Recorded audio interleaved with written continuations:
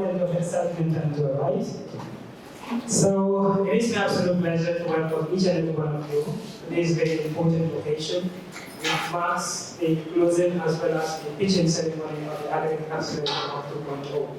So this has been a journey of collaboration and partnership that started way back in January. Obviously, this was support and funding from the Federal Republic of Gambia's Ministry of Food and Agriculture. And here we also have the representative of the Republic itself, the ambassador of the Republic of the Gambia. So you're welcome.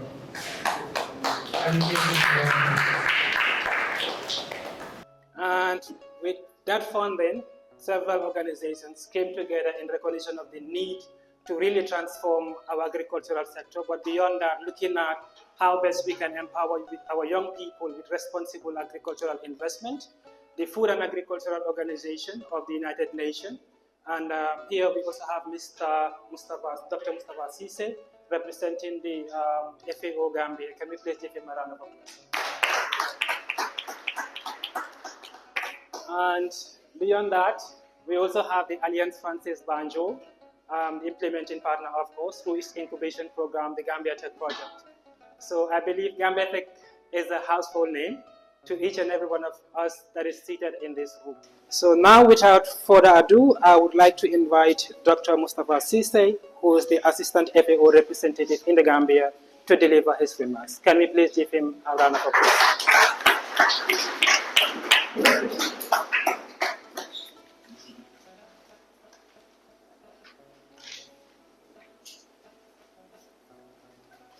Thank you.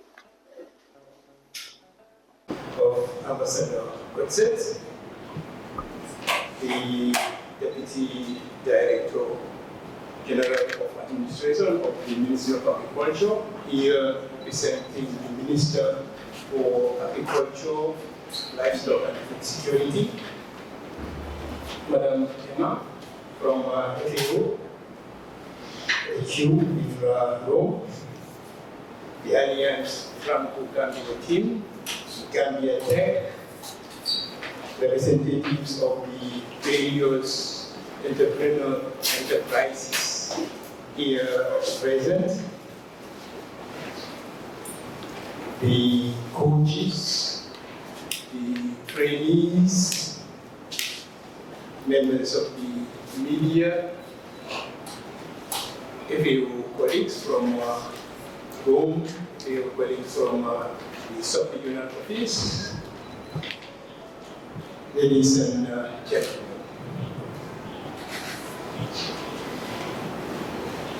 It is an honor for the FAO country office to be represented in this event, marking the final activity in the Gambia on the FAO project, empowering youth for responsible agricultural systems transformation. I would like to welcome each and every one of you and to extend FAO's sincere gratitude for you taking time off your busy schedules to be here today. Your presence yet again reflects the shared commitment we all have towards sustainable national development, and particularly in promoting youth participation in agriculture in Gambia. Please join me, ladies and gentlemen, to extend our gratitude to the government of the Federal Republic of Germany, and specifically the Federal Ministry of Agriculture, Food and Regional Identity of Germany. We are very grateful for the support. We have seen DANPA for their financial assistance.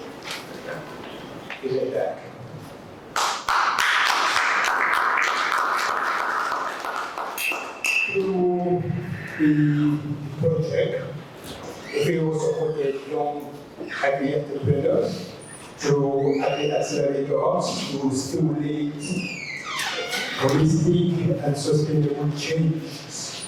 The project simultaneously worked on enhancing information on responsible investment opportunities at the country level. It also worked on strengthening the investment ecosystem by fostering programs, policies, and building capacity of business coaches. It also directly worked on empowering young agri-entrepreneurs with the hubs that provide technical support, coaching, and incentives for responsible agricultural investment.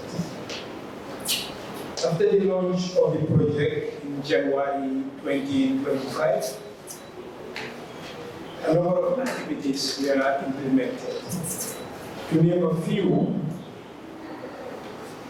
first, there was an activity on strategic planning on responsible agricultural investment in the Gambia, with mapping of the investment ecosystem for young women and men agri-entrepreneurs, identification of potential suitable value chains for a large Agri-Accelerator program, and a participatory planning exercise. This process included a research review, and it engaged with more than 150 stakeholders. The result of this study will be published in the upcoming months. As part of the project, other activities included a learning program for business coaches and advisors, which included an online phase. A one-week intensive workshop was conducted in January 2025, and a two-month phase to implement what the coaches learned while working alongside young entrepreneurs from different areas of the Gambia. 18 coaches have successfully completed the process and will receive a certificate yesterday.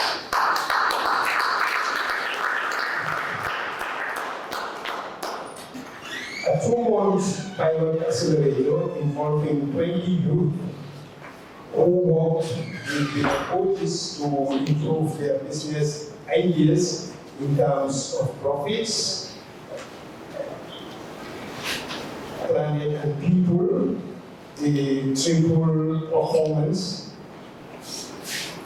And now these entrepreneurs will pitch their ideas today and will also receive certificates. The best 5 will also receive some prizes. These will be indicated by Gambia Tech.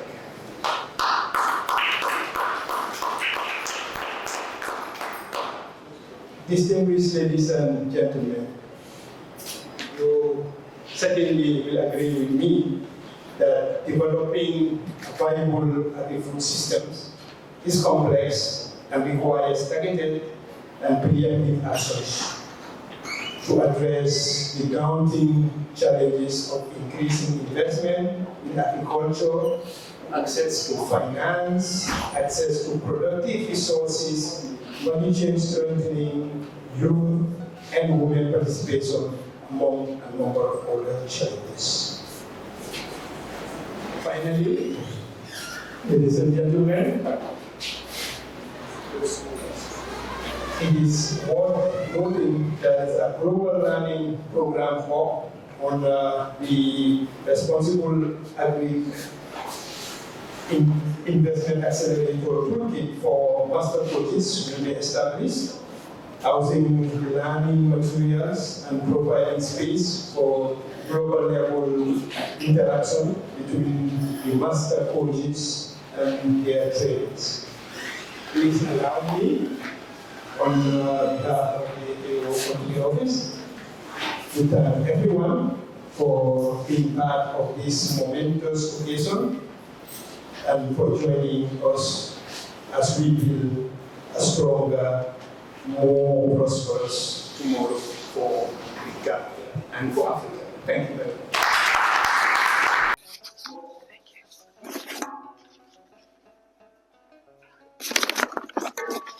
Thank you. Can you please give him another round of applause?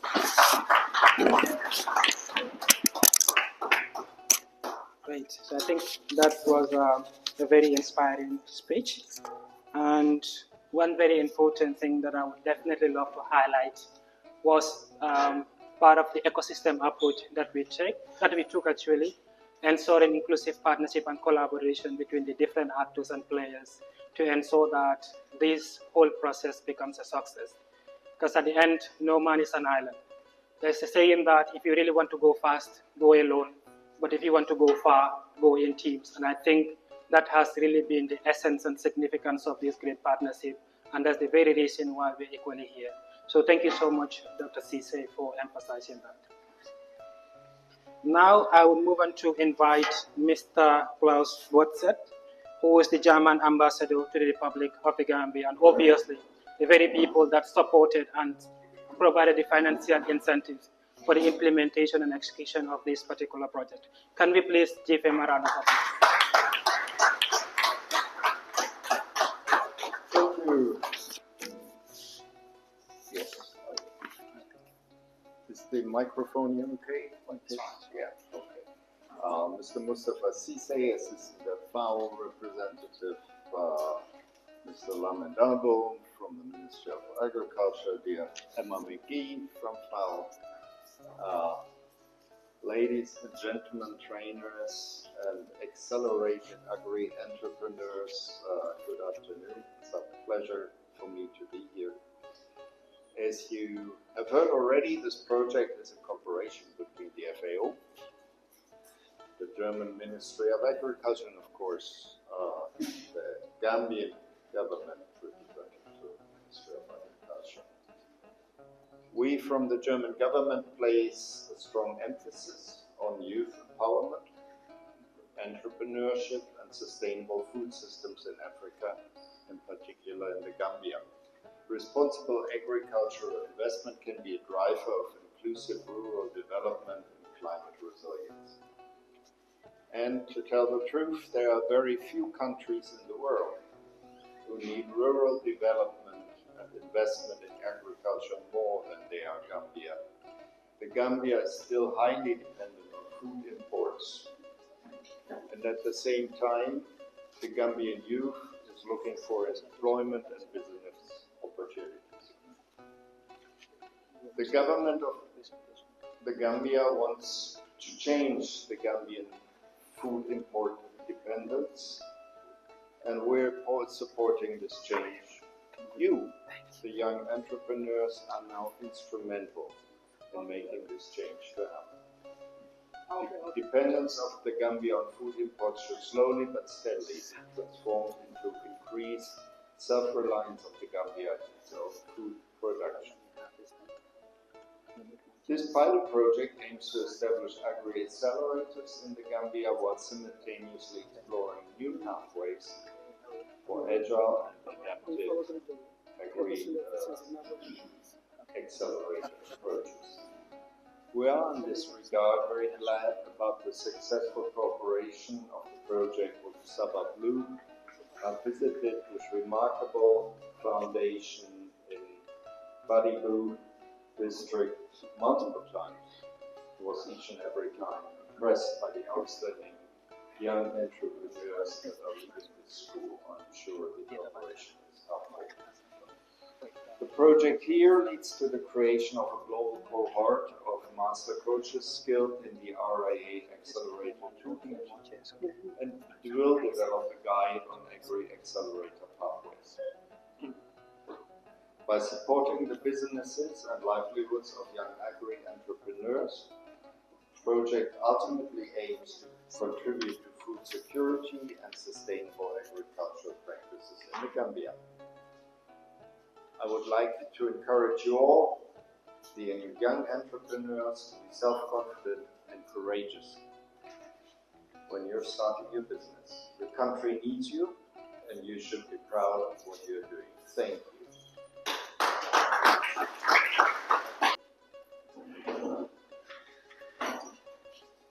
Thank you so much once again, Your Excellency, for that excellent speech. I think it is so profound, and it's quite impressive and important that the importance of collaboration and partnership cannot be overemphasized. So this is something that we need, not only as, let's say, agencies or organizations, but even between us as individuals. Martin Luther King once said, for me to be where I'm supposed to be, I need someone to be there as well. So that continued to kind of show that without partnership and collaboration, individually we might go a little bit, but to just a certain extent. If we really want to go far, we really have to exercise that importance of collaboration and partnership to make it happen. And the young agri-entrepreneurs or any other entrepreneur who is in this house as well, I think the advice is straightforward. Be committed, be dedicated to the task, but at the same time, be visionary. Entrepreneurship is a process, and success doesn't come overnight. If you really want to get there, you have to sacrifice a lot. So thank you so much once again, Your Excellency, for exercising that.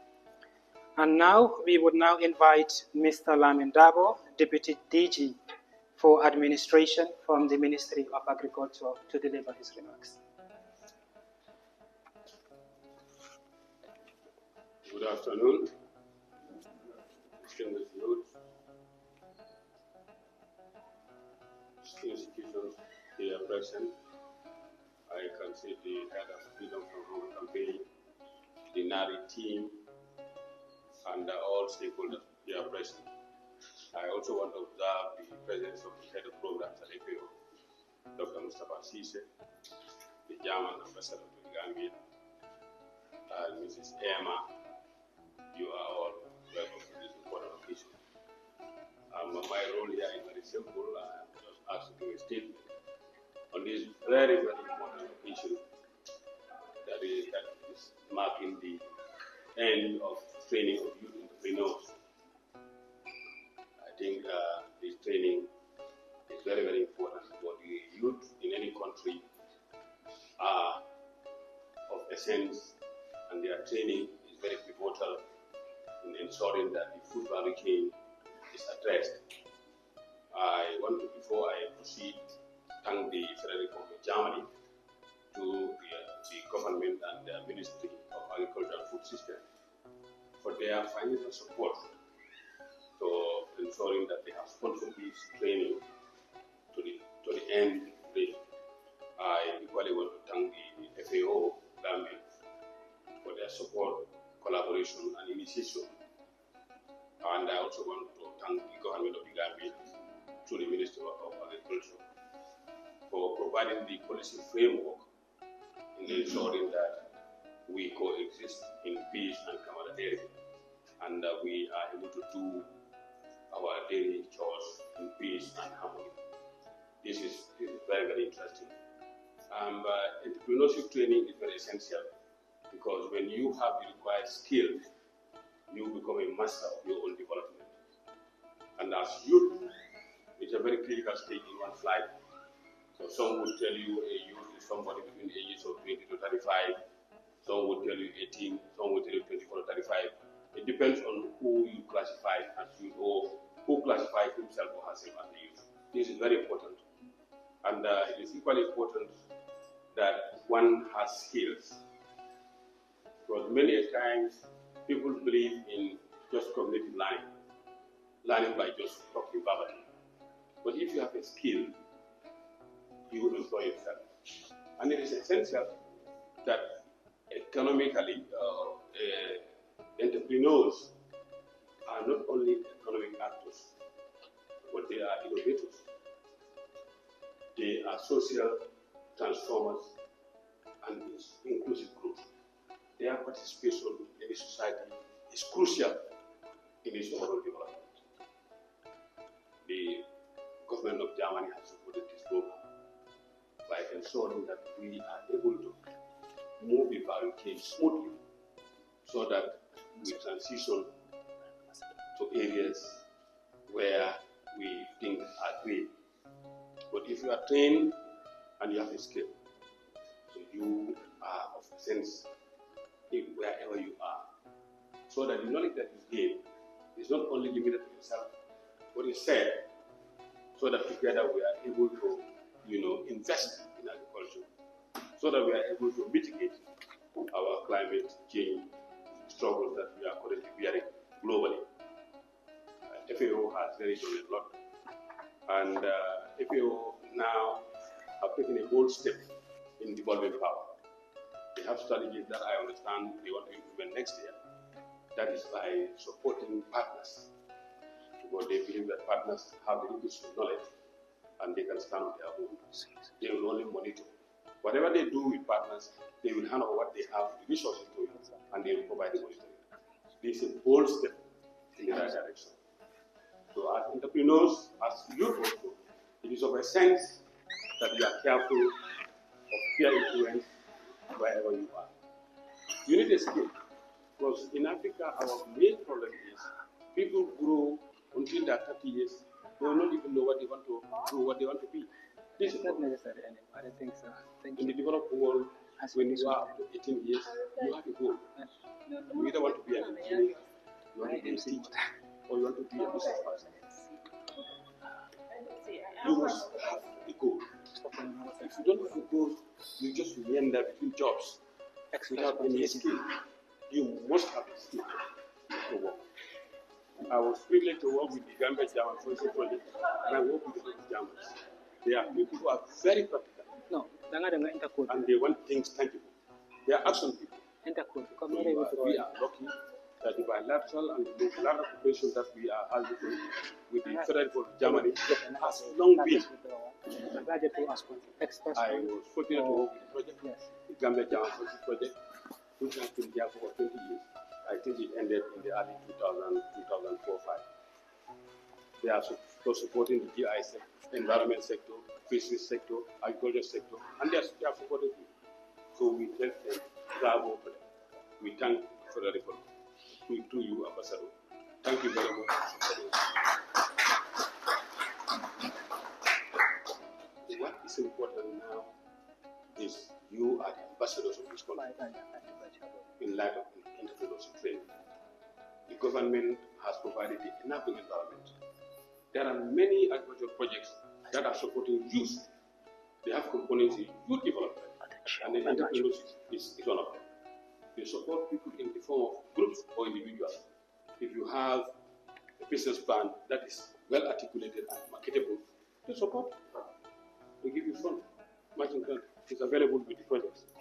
We have the head office in Banjul, the CPC, the CPC, the opposite Gambia School. The office is there where you can tap funding. But the matching grant is meant to stimulate growth.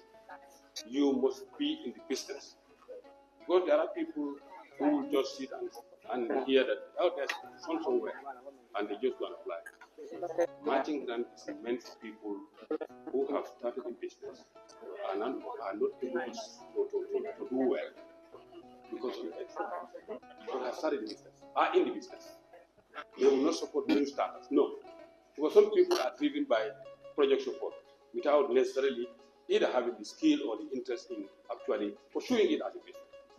So it is important that you know where these opportunities are, and then you tap it. If you are organized, you can get the funding. We all know where they are. So it is important that you are able to find time, do your business properly. There are people here. If you are a youth, you are tempted by a lot of things. Peer influence, drugs, and so forth. If you want to make life, have a goal, move towards it. Avoid drugs, avoid irregular migration. It is of no use. There are people here who have never been to Dakar and they are confident. They are financially stable. So the notion that if I don't go abroad, I will not make it. No. It doesn't exist. It's just a magic word. So you have to believe in yourself and then believe in what you have and then move forward.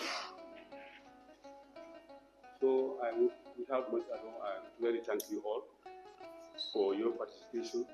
This is indeed a milestone. You have got the training, and then today you'll be certificated. This is a milestone, and it's a very important yardstick in your life, and it's going to be a memorable day in your life. Training that are geared towards youth entrepreneurship training. Latin will call it ceremonia, apparitionis, clausuria, pro luminatis, inceptoris. So this is very important. The youth are very important. The country is relying on you for its development. So we thank you very much for going through this training. I hope the training has gone through you. That is, you have mastered what you have done. And we will again thank the Federal Government for providing the leader support, the financial support, the moral support, and today we are here. We also thank the FAO for their support, initiation, and coaching. The FAO has been here since 1960s, they have been in the Ghana, and that they are very good partners with the agricultural. Very good collaboration with them. And it's through collaboration that we can develop this country. We are all aware that poverty is multifaceted, so we need to have an integrated effort to tackle the root of the poverty. So I want to thank you all for your kind attention. May Allah bless you all. Thank you.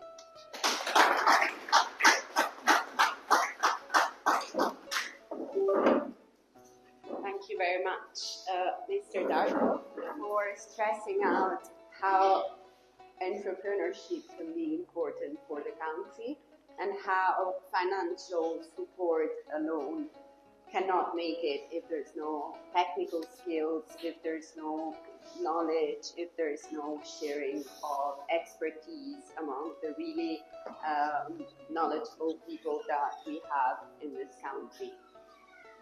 So I would like to ask another round of applause for Mr. Darko, please. Thank you for joining us. And next on the agenda, I am very pleased to introduce my colleague, Dr. Umar Singh, who is the coordinator of the Agri-Accelerator Hub in West Africa. So Dr. Singh will give you a presentation outlining the project, the objectives, the activities, and the outcomes that we have. Dr. Singh, please.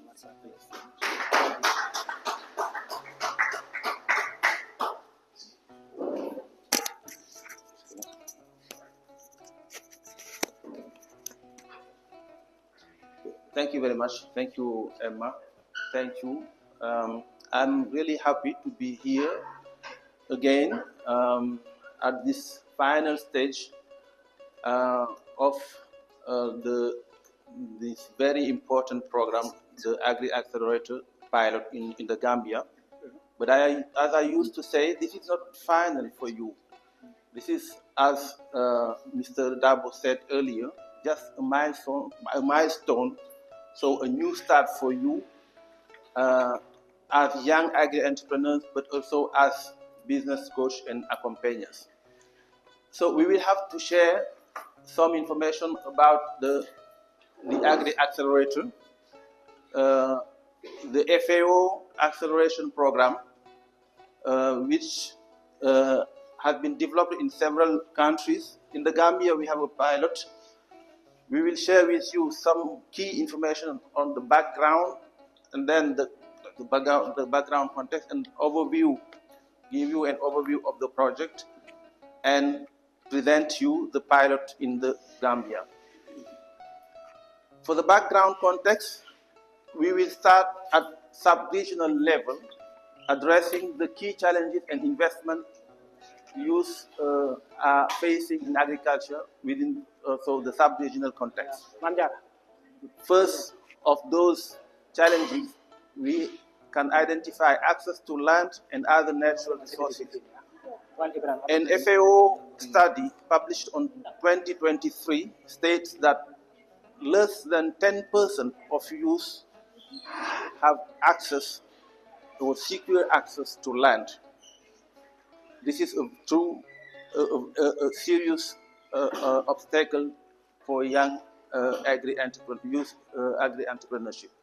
Access to financial services. This is also a key challenge we will have to address. An IFAT study realized on 2021 showed that from 6 to 9% only of young agri-entrepreneurs have access to formal credit. So this shows that that's also a very big challenge for youth to access financial services. It is the same for access to information and education,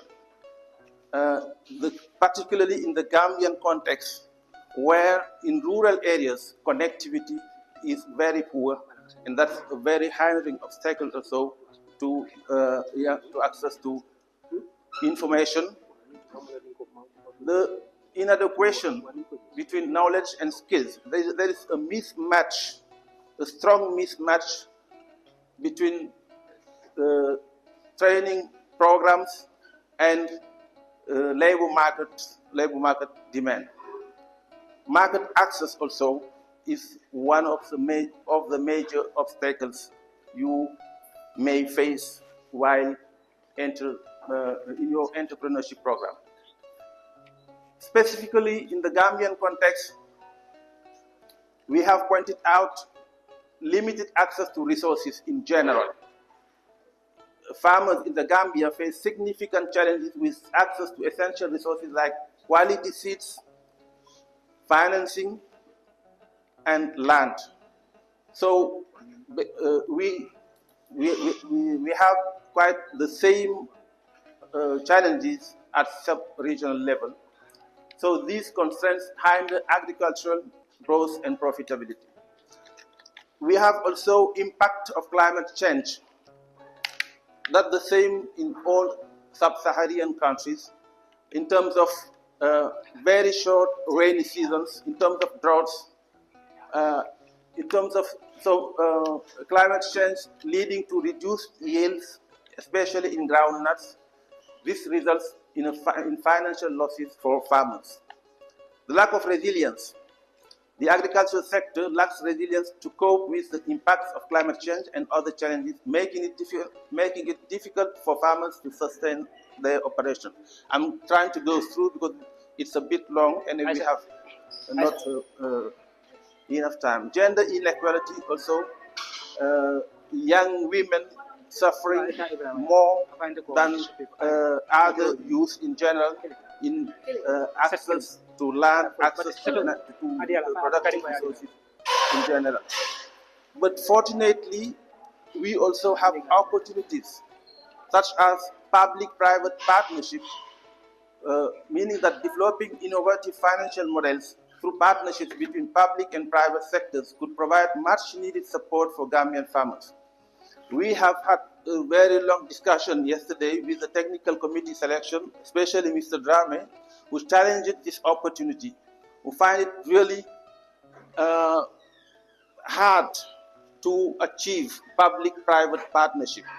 But as I told him yesterday, fortunately, we have some very relevant models in the sub-region and maybe even in the country that can be enhanced. And the Agri-Accelerator is one of those models which can help build strong public partnership, public-private partnership. Youth empowerment, establishing initiatives such as Accelerator Labs and offering financial support to young farmers also presents an opportunity to strengthen the agricultural sector. Coaching and mentorship, this is the core business of the Agri-Accelerator. We will see it later. Also, during the first 5 years. Why during the first 5 years? Because in all the sub-region, especially in the Gambia, we know that SMEs, the mortality, there is a high rate of mortality of SMEs during the first 5 years. That's why this is a core concern of the Agri-Accelerator. Gender-specific support also, addressing unique challenges faced by women in agriculture, such as land ownership, rights, and access to resources, could help reduce the gender productivity gap and promote more equitable growth in the sector. These are the key indicators of rural development and youth employment in agriculture in the Gambia. So these are generally the indicators in the country, but about country's government policy concerns regarding youth investment and employment in agriculture, we can see with the Gambia Second Generation National Agriculture Investment Plan, especially food and nutrition security, the key concerns regarding production and value chain promotion of vegetables, livestock and pastoralists, fishery and aquaculture, and last but not least, strengthening the resilience of vulnerable people in food and nutrition security. The overview of the Agri-Accelerator. What is the Agri-Accelerator? It is a 6 months in the Gambia. Due to specific reasons related to the context, we have had with Gambia Tech 2 months, 2 or 3 months. Abdul Karim, how long was it? 2 months. 2 months support. Yes, with RTO Sabablu at Balingo, we had 3 months supporting program. In other contexts, other countries, the program is supposed to last 6 months. In agripreneurship, aimed at enabling youth-led micro and small enterprises selected through a competitive process to move from a draft business model to a responsible and bankable business plan. The program focuses on regions and value chains with high potential. We will see the way we proceed, the approach itself, to see how we proceed on selecting areas of intervention, sectors, value chains, SMEs, coaches who will run the supporting program to enhance the triple performance, profit, people, and planet of viable, sustainable, and locally rooted agriculture enterprises through personalized support and alignment with the principles for responsible investment in agriculture. So, what makes the program different? It is the alignment to the World Committee for Food Security and Responsible Agriculture Investment Principles. This is very fundamental because this guarantees sustainability. I used to underline the fact that quite all the programs, the supportive program for young and youth entrepreneurship, we have the same activities, which are capacity building, which is accompaniment, support program, supporting program, but we still have the same result. This is this early mortality of youth-led businesses. How to take up this challenge? That was one of the reasons why the Agri-Accelerator is focusing on the alignment with the Committee for Food Security principles. An integrated, adaptable approach grounded in the local context, but targeting also micro and small and medium-sized agriculture enterprises in value chains with strong territorial potential. A break from traditional support models using tailored tools to provide personalized and responsible coaching support. And also to create linkages with technical and financial support institutions at country level. Maybe we'll have the opportunity to see later. Our target groups are young agri-entrepreneurs and the actors from the investment ecosystem in general, with different roles. Young agri-entrepreneurs are selected to undergo a support program, an acceleration program. The key actors are involved to collaborate, to cooperate, to create or to enhance the ecosystem, to improve the conditions for youth and agri-entrepreneurship. Why an Agri-Accelerator? We have listed the challenges earlier. We find it here.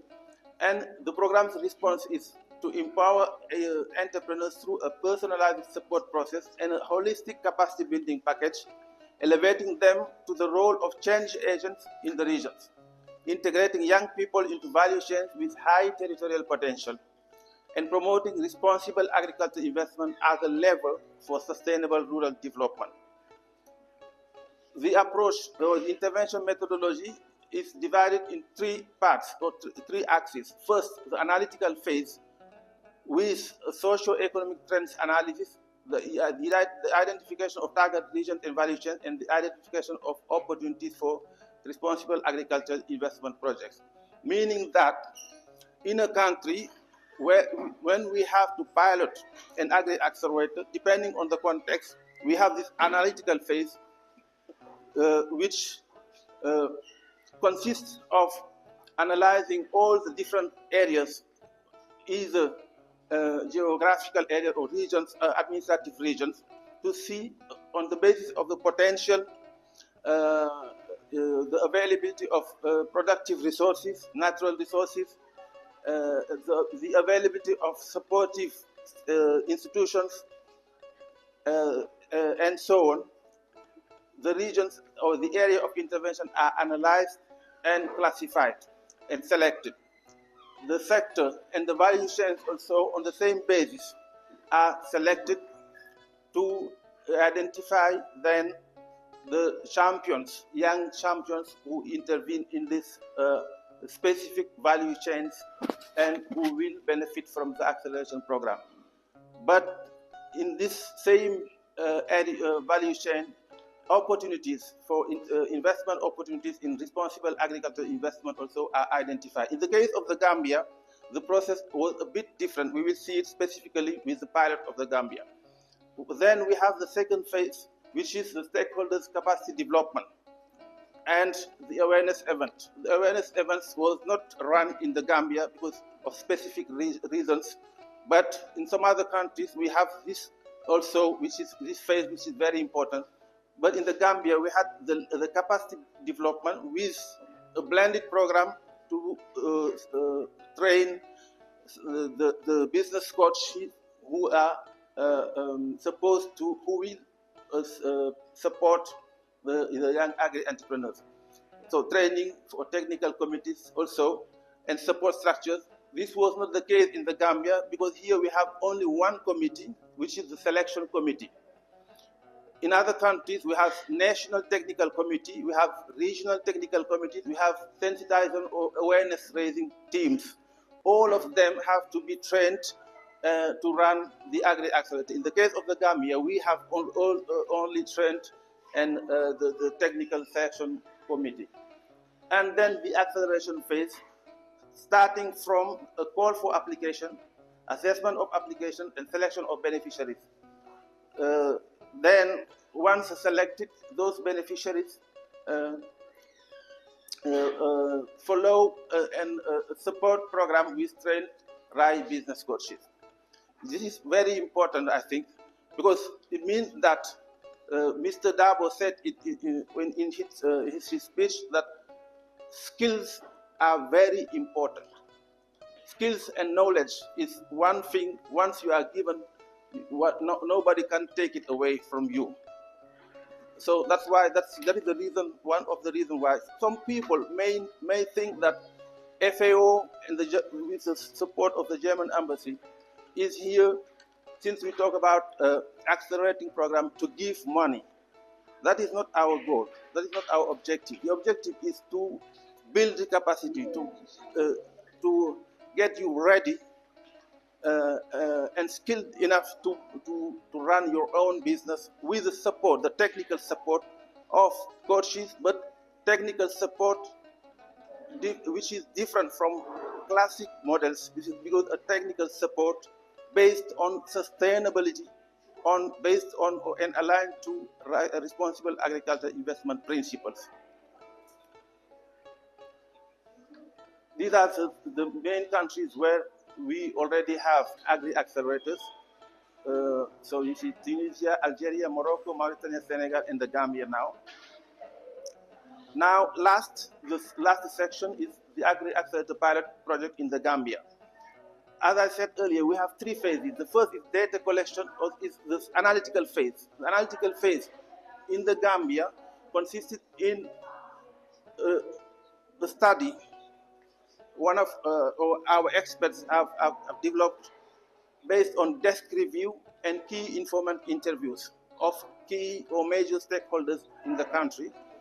The study report on understanding investment challenges and opportunities for young agri-entrepreneurs in the Gambia. This study sorted out three major value chains. One of them is rice, the other is vegetables, specifically onion, and the other is poultry, meaning that these are priority value chains where responsible investment opportunities can be found. In the case of other countries, the analysis goes further with the identification of specific responsible investment opportunities, 10 opportunities for each value chain. In the case of the Gambia, we have so far identified the value chains, and we will further to go through responsible investment opportunities. Strategic key actors also, with the support of FAO Gambia, with the support of Dr. Mustafa Sise, we have met with different key actors such as World Food Programme, such as UNDP, and many other actors such as the CPCU Roots Project, to see how it is possible to develop synergies with this program. So the capacity development of actors through RAI, Responsible Agriculture Investment, RAI Agri-Accelerator apps.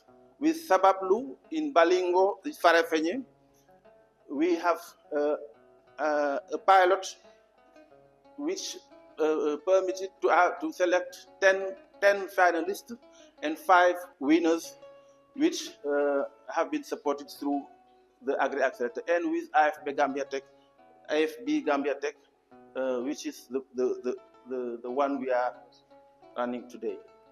Sorry. The activities in the Gambia. We launched the project on January 2025. Strategic planning workshop has been organized in January 2025.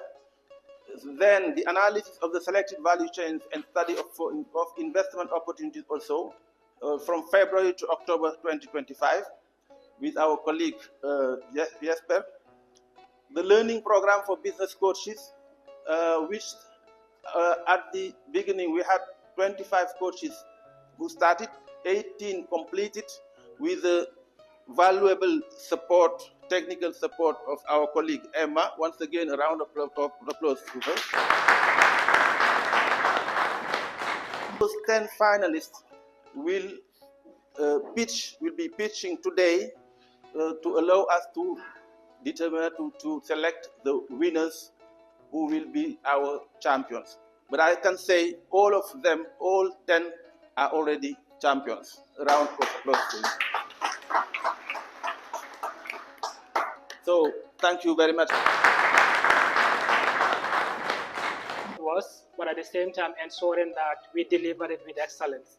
We could have just used what have been common in the Gambian context of maslaha. Okay, fine, the person have been there, so let's just give them the opportunity to complete. But unfortunately, that wasn't the case in this instance. Each and every coach was supposed to deliver with excellence, and those that fell short were obviously eliminated. And the same thing applied to the entrepreneurs as well. One of them had to be dropped. Why? Because they couldn't complete the entire process. So this goes on to say that if we're really ready for development, if we really want to stand out, if we really want to go far, we need to make sure that we go by the books, we go by the rules, and we go by everything that would guide us to get there. So I think Emma, Omar, and everyone that is involved from the German Embassy, FAO Gambia, Alliance Française de Banjul, and any other person that was involved, can we please once again give them a round of applause? And like Omar said too, obviously the coaching process was in, let's say, in different phases. We had some that were in the Rural Development Organization. Some were assigned to the Gambia-Tech, 10 of them. But at the same time, we also had some independent coaches that equally took the time, the energy, and the resources based on the lessons that they learned through the program to also coach other people, other agri-entrepreneurs who were not selected to be part of the process. Can we also please give them a round of applause? One of them is Mr. here. Sir, can you please stand up? Yes. Yes. You, of course. So he's Mr. Siribe, and he was part of the independent coaches. And not only did he bring his expertise and experience as a coach before, but he ensures that sense of humility and that inculcating that culture of lifelong learning. Because like they said, when you have knowledge and skills, it becomes a part of you. And wherever you go, you carry it along. And despite everything that he knew before, he still had to humble himself, be among us, and then learn to make sure that he's also able to utilize that knowledge to provide kind of a step-down training to other people. So thank you so much, Musa, and to everyone again. So at this point, we would take a 10 minutes break to go out and have a photo shoot. And then from there, we would also set up the room inside here to prepare for the pitching competition, which is coming next.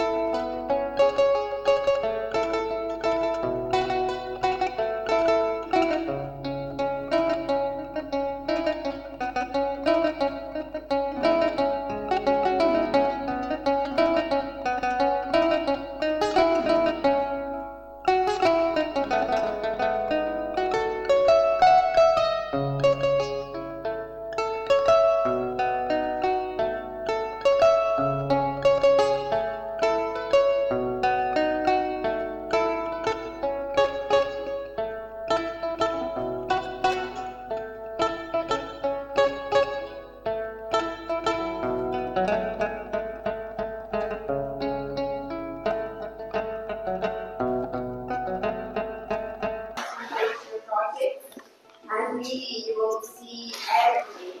You will see a vision. You will see really the creativity of the next generation here in the Gambia. I would like to say before we start that today is not just about pitches. It is about action. It is about persistence. It is about progress. Each of our entrepreneurs that you will see have put hours of effort.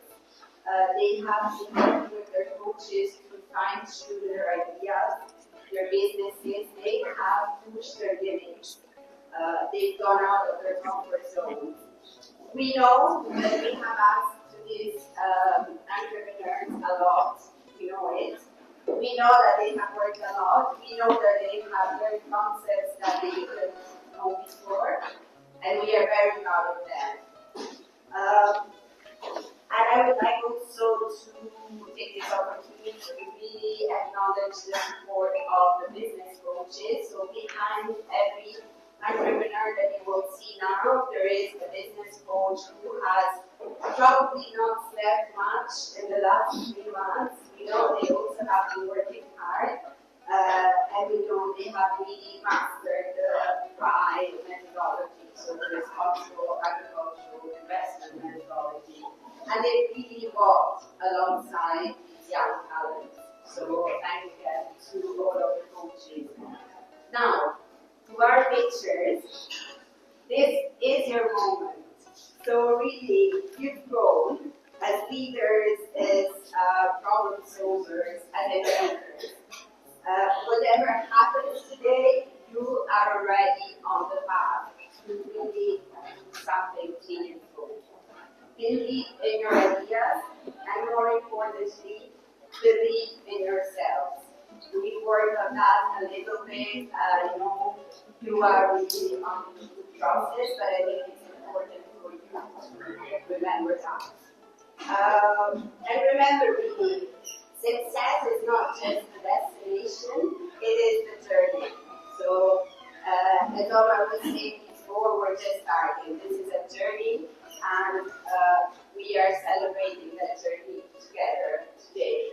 So, you're not just presenting projects, you're presenting some solutions, you're presenting ideas that impact your communities, ideas that are positive for the environment, especially in your country, ideas that can contribute for a better future. So, I know this is very stressful for some of you, so I would like to really wish you good luck with our 9 pictures today.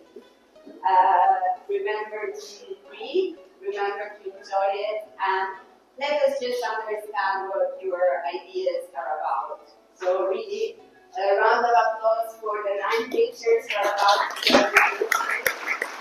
Thank you again. And if we're ready with the first,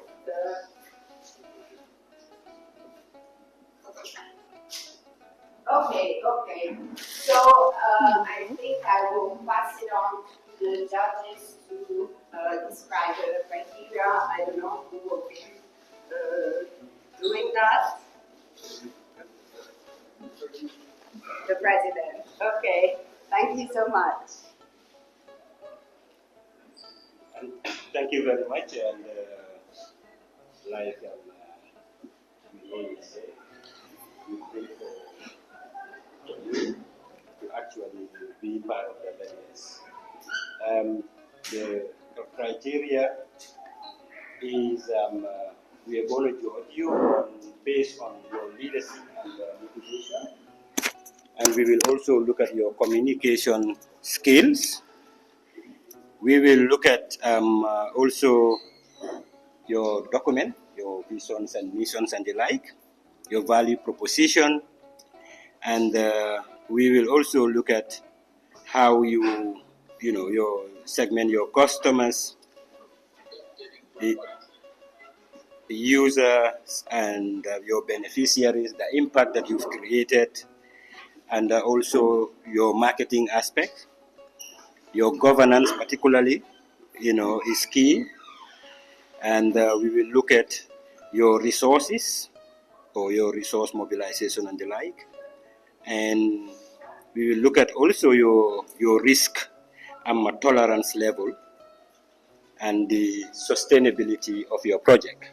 So these are key things that are very common in every pitch that you have to look at either the 12 or the 9 quadrants of every pitch that covers all of these areas. We are 4 judges and a neutral judge in case there is a tie. So the 4 judges, the reason for 4 judges is one of our judges traveled and is out of town, and to do an online probably maybe inconvenient considering the network and the like. So we want to be fair. So that's why a neutral judge is appointed, who happens to be very qualified, and he is a director at the Agriculture Department.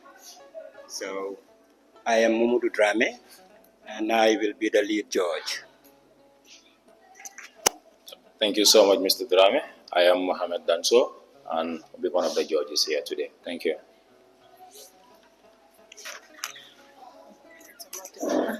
Good afternoon, everyone. My name is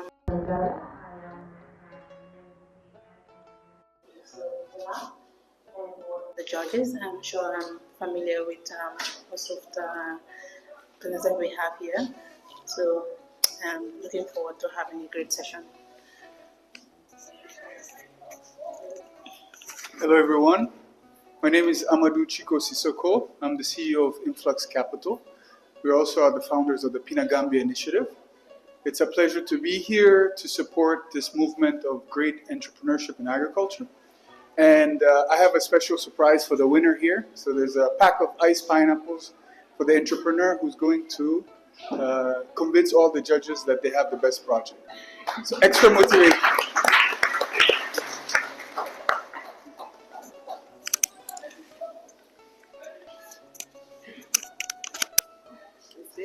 Oh, I need to keep it. Okay, thank you so much to the judges, and I would like a round of applause for the judges because their job is not easy today. So I don't know if you've noticed, they have a long list of criteria that they will have to evaluate you on. So they've also had to prepare themselves for this evaluation. Before we start, I would like to ask whether Abdul Karim can also share about some of the prizes for the best winners. And yeah, and I would like to remind you once again to the entrepreneurs, you have 7 minutes for your pitching. So when the 7 minutes are there, we will let you know. You can conclude. Of course, we don't stop you. But it's meant for you to conclude, and then you have 8 minutes for the judges to ask you some questions. So, Abdul Karim, you have to.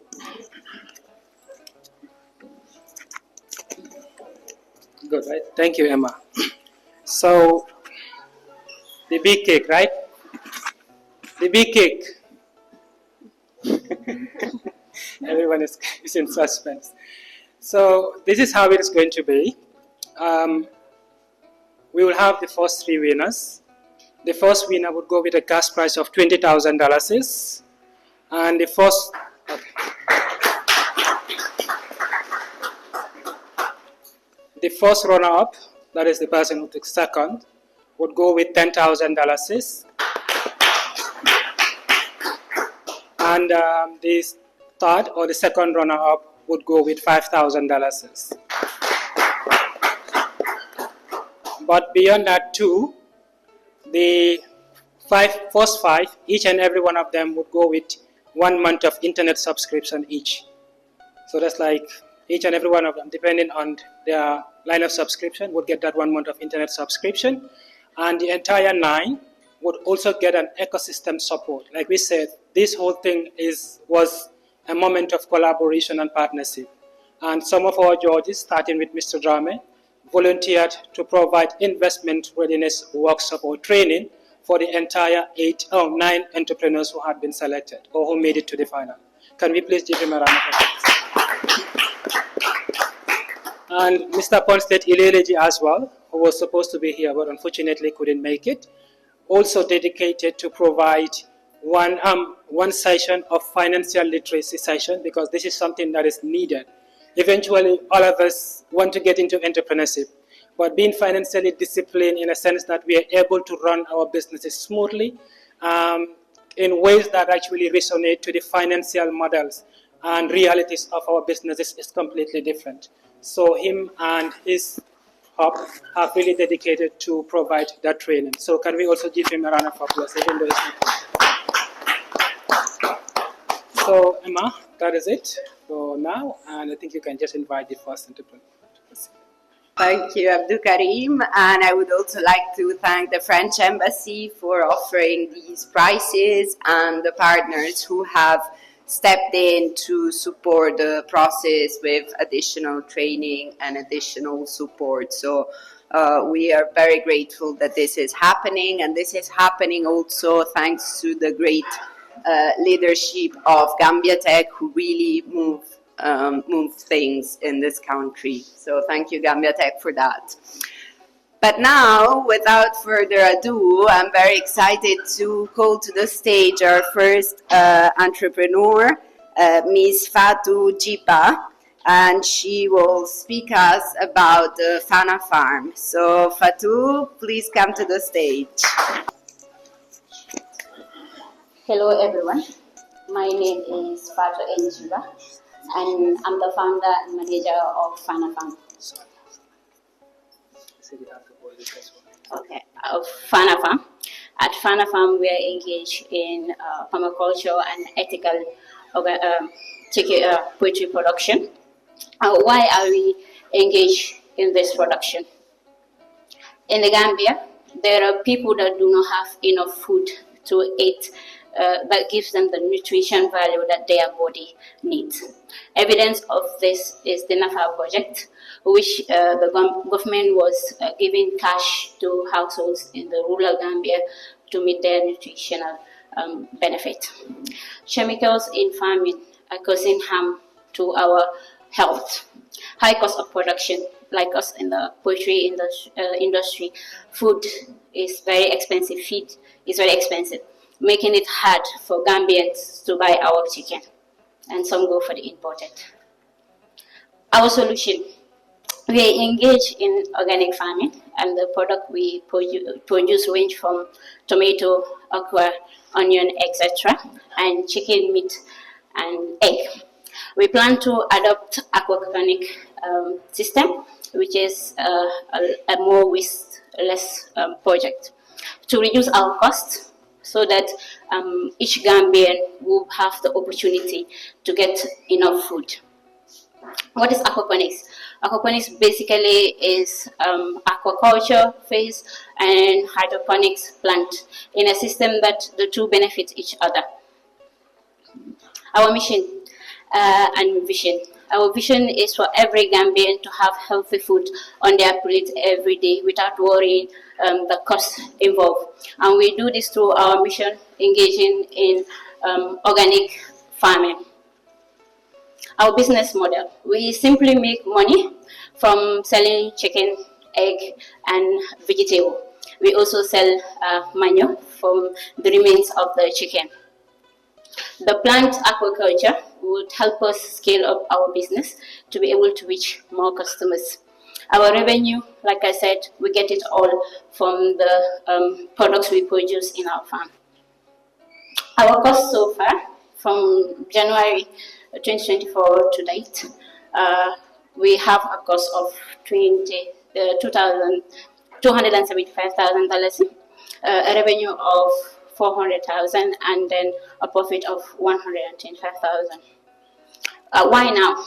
There is increased demand for organic food, growing concern of healthy eating. Who among you here want to eat a vegetable that was sprayed yesterday and today is in the market, you buy it and eat? You want a sprayed tomato yesterday, today is on your plate. Thank you.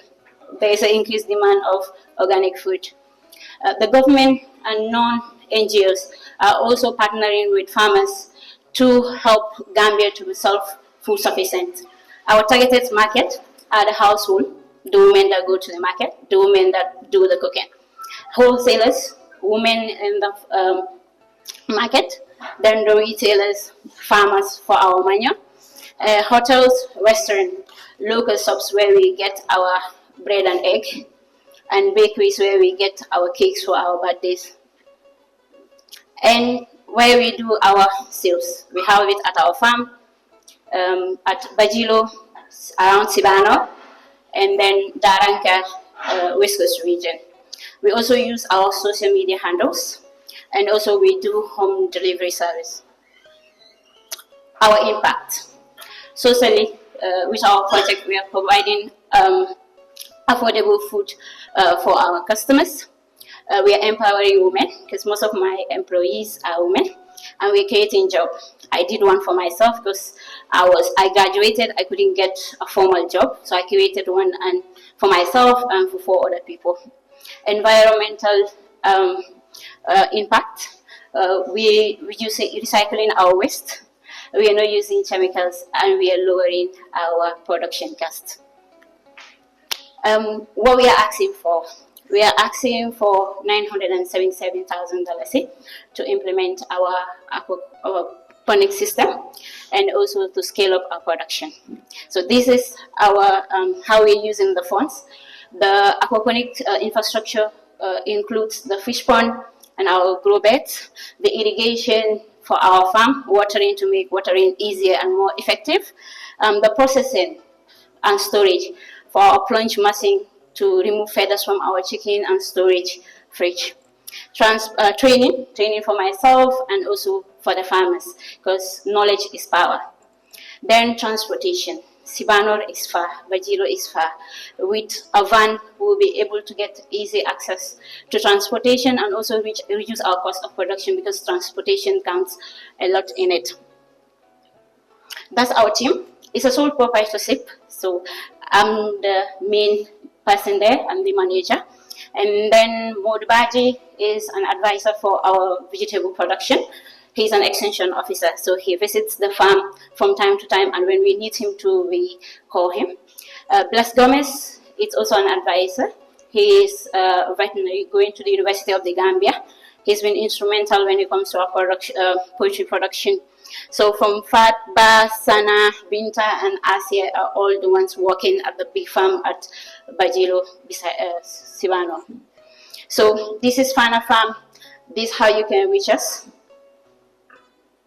Together, I call on investors, government institutions, NGOs, and any good wishes to join us, where we make a responsible investment, where the planet benefit, the people in the Gambia benefit, and I also as the entrepreneur benefit. Thank you all. I wanted to understand, are you building more of an integrated farm, or with different sectors and different elements of the agricultural value chain, or is there one particular market or industry that you feel is the biggest and for which you have the greatest opportunity? Thank you for the question. We are having an integrated farm. Why we do so? Because we are addressing nutrition, and we get our nutrition from many things.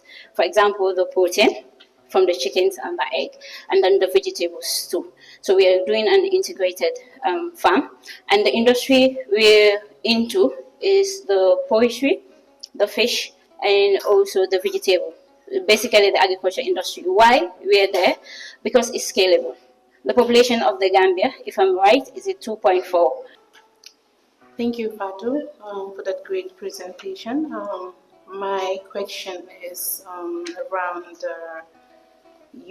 the specific needs that you have. I've seen you spoke about aquaponics, and from what I get from your presentation, the direction you're looking at it, how you establish that. So this is something that you haven't started yet, if I'm made to understand.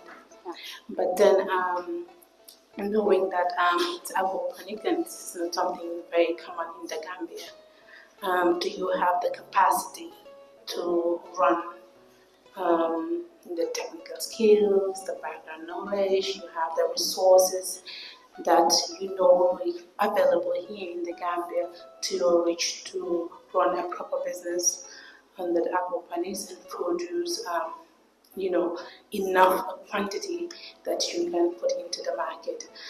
So this is my question, and I would like to know more. Thank you for that question. Yes, we yet to implement it, but I've got some of the things that I need to do that. First is the land. We got that. We got the water. So when it comes to technical, like I said before, I worked on it while I was on my master's, and also with Ablai, also is there at the background advising me, but because of his job, he can't actually be on my team. So every Saturday I go to him and we're working on how best we can get it. When it comes to the materials, they are all available in the Gambia here. We just need to customize it to our the way it will work for us. Yes.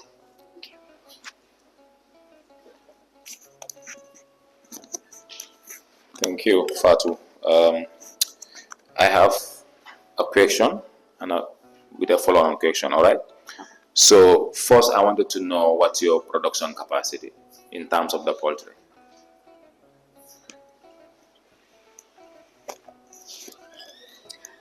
Currently, 250 broilers.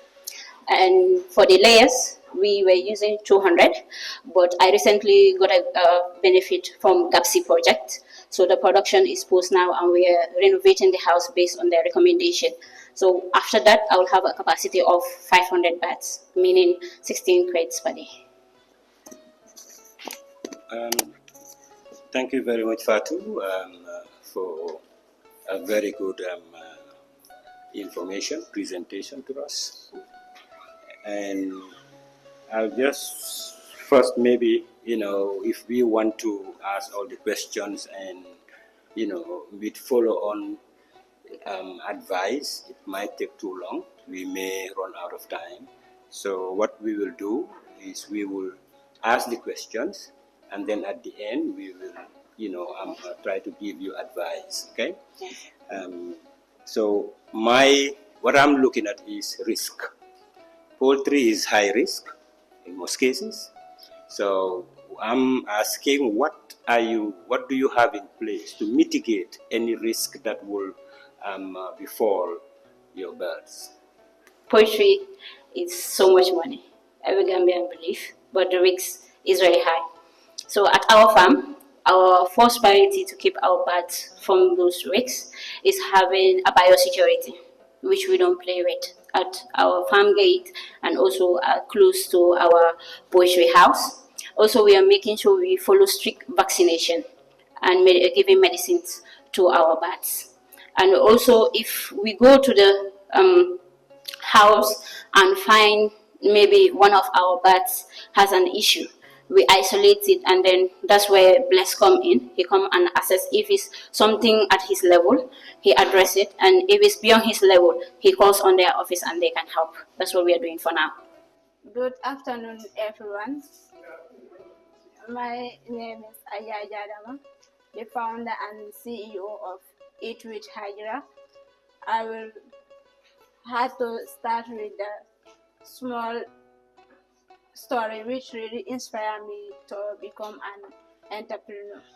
I grew up in a single parent home. I lost my father when I was very young. Our mother became everything.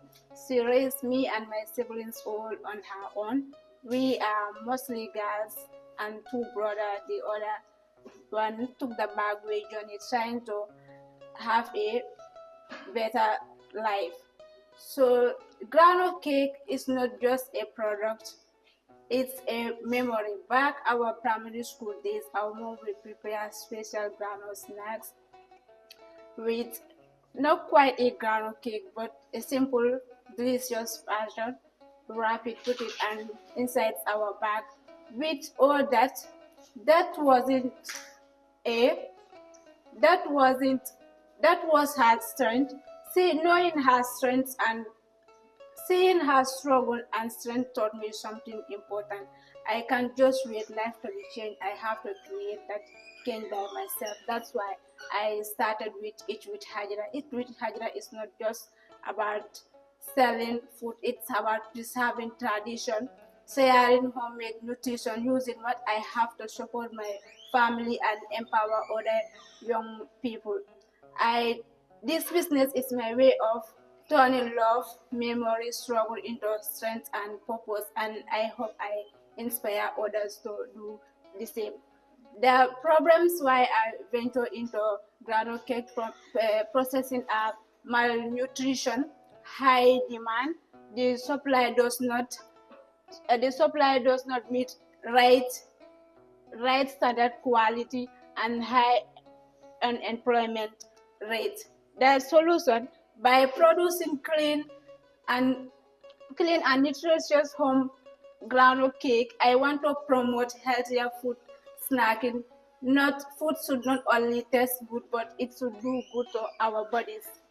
But it's a startup, but as the business grows, we aim to employ people, especially young humans who may not have access to formal jobs. The food industry offers many opportunities, like example from marketing to processing to sales.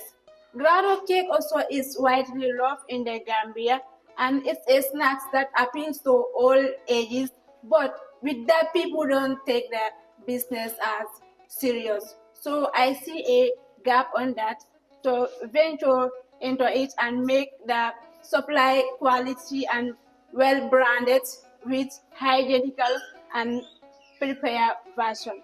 Our mission is to offer high quality and safe and affordable homemade food rooted in the Gambia. Our vision is to become trusted household name in the Gambia and beyond. Our value is quality, trust, hygiene, and sustainability. Value proposition are tasty, affordable, hygienic, nutritious, homemade, nutritious groundnut you can trust. Our customers and youth beneficiaries are online-based customers, students, and households. We share our products on social media like WhatsApp and TikTok sales. We also do home delivery, and if it with Hajra grows big, we would like to sell in supermarkets and retail shops. Our relationship with customers. We maintain strong relationship with customers through WhatsApp and passing interaction. We also seek feedbacks and respond to questions. And our aim is to make every customer feel valued and heard. Our goal is to build trust and lasting loyalty. Our key resources, the existing resources are cooking pot, wooden spatula, charcoal stove, knife, and bases. Materials needed are drying machine and blender, weighing scale, sealing machine, digital weighing scales. Activities: buying groundnut, washing the groundnut with hot water, prepare the ingredients, cooking the mixture, dry it, and package and label to sell. Key partners: farmers are our partners, market vendors, government, banks, and mini market and shops, logistic companies. Governance: Eat with Hire is a small proprietorship managed and operated by the founder. All business decisions are made by the founder, including production, managing, and sales. The business will explore formally as it grows to higher. Our cost revenue stream is we have the total materials we are having at 2,200, and the material used in production, the total cost is $1,508. Our revenue is total is our revenue total is 2,400. It depends. At times, when we buy the groundnuts, we sell it. We produce it in a cups. And a cup is $30. We make 60 cups from that. So when the cost of ingredients are high, we make so we divide it and make orders for 25 and make orders $50. By adding that, the total cost and revenue will give us a 2,400, and our yearly production revenue estimately will be 4,800. In conclusion, Eat with Hajra is responsible youth-led business, food-led business that promote nutrition, empower local communities, and support sustainability agriculture. Our model aligns with competitive food security, food responsible agri-investment by investment principle by ensuring inclusiveness, sustainability, and respect for local cultures. Let's make local foods a source of pride and progress. I thank you all. Why groundnut cake? What is innovative about groundnut cake? You know, how much money can you make from groundnut cake that will sustain you and your family that you have to pay?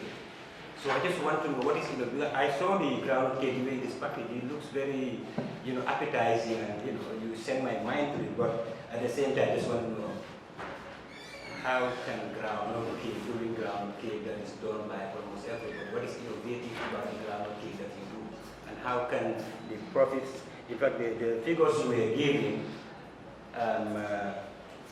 4,800, obviously for the whole year cannot sustain you, in my view. I don't know, but I don't think it can sustain you and whatever family you build, from 4,000, and that's the minimum as well. So I just want to know what is innovative about your groundnut cake and why groundnut cake in particular? My background really inspired me because, like I said, my mom usually make special groundnut, not quite a groundnut cake. Also, I have seen people who make groundnut cake, but without not making it properly. They make a lot of sugars and lack of proper branding and labeling. So I saw that as a gap. That's why I ventured into groundnut cake making and to make it well and branded.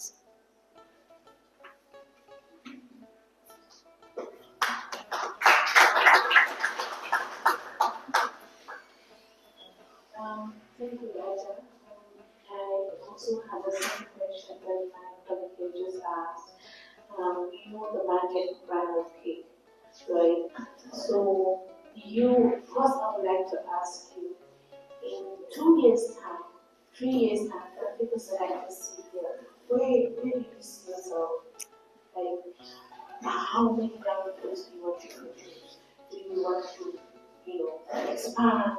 How do you want to scale? And the other one is, what is making your groundnut cake stand out from the other groundnut cakes that you have? If you were to be with other groundnut cake sellers, why do you think people won't buy your groundnut cake? What's the difference? What's the value proposition that you're looking what are you showing? So this is our question. Okay, by starting small with groundnut cake, I just started it with groundnut cake, but with the right support, I will scale up and make another processed food which are seasonal foods to be stored for use for seasons. Yes. Also, our groundnut cake is different from the other people's groundnut because the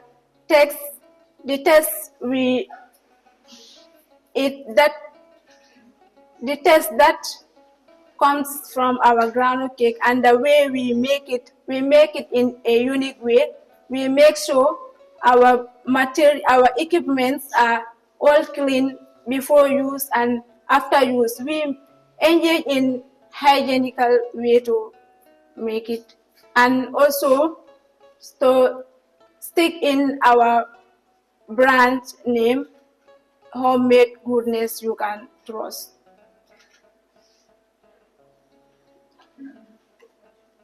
All right, thank you. I actually think that this is a lifestyle business, right? It's a lifestyle brand. Eat with Ajara, YouTube channel, making Gomoda, making snacks. So it's really about the branding and the marketing, and then being able to position yourself as not just groundnut cake, but the groundnut cake that will not give you diarrhea, the groundnut cake that is well made, clean environment. So I actually think that there is a business opportunity. So that's why for me it's important to understand what is your vision. You've explained to us your motivation, which is very good. I think entrepreneurs that are driven by a strong purpose overcome all the obstacles. But what is your vision for Eat Tajara 30 years from now? When we walk around the supermarkets or walk around the city, how will we see this business and what will it look like? My vision is to become the trusted household name in the Gambia and beyond. What does that mean specifically? By producing quality, safe and nutritious. Specifically, how will we see your brand 30 years from now? What will you be producing? What products will you be having in the market? What type of company will you have? Specifically, what do you see? Yes, I will be producing different products like pepper sauce and tomato paste to be used in off seasons. To reduce food waste on the market and reduce imported processed food imported in the Gambia. So everything that a woman needs at home to cook, you desire to have a brand that has produced those products and makes food. Yes. Very cool. That's it.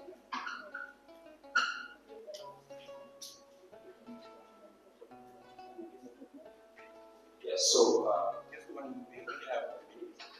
so just quickly, where do you source your ground and how do you source it? I get the source from market, and I make sure I buy the quality and hygienic one and process it. Thank you very much. I think it's successful. Yes, so the backer is over there. Feel free if you need to use the restrooms or go outside. You can stop over there. So it seems the judges are getting ready. We're done. Everyone else is ready, so the floor is yours, Kaya, and the microphone as well. Thank you so much, Emma. Good afternoon, everyone. My name is Yaya Njai, the founder of Jai's Wakilo Business Farm, and as well as the CEO. Hunger is a major challenging issue in the country, more especially in the rural Gambia, just because people have neglected agriculture as the source of earning income.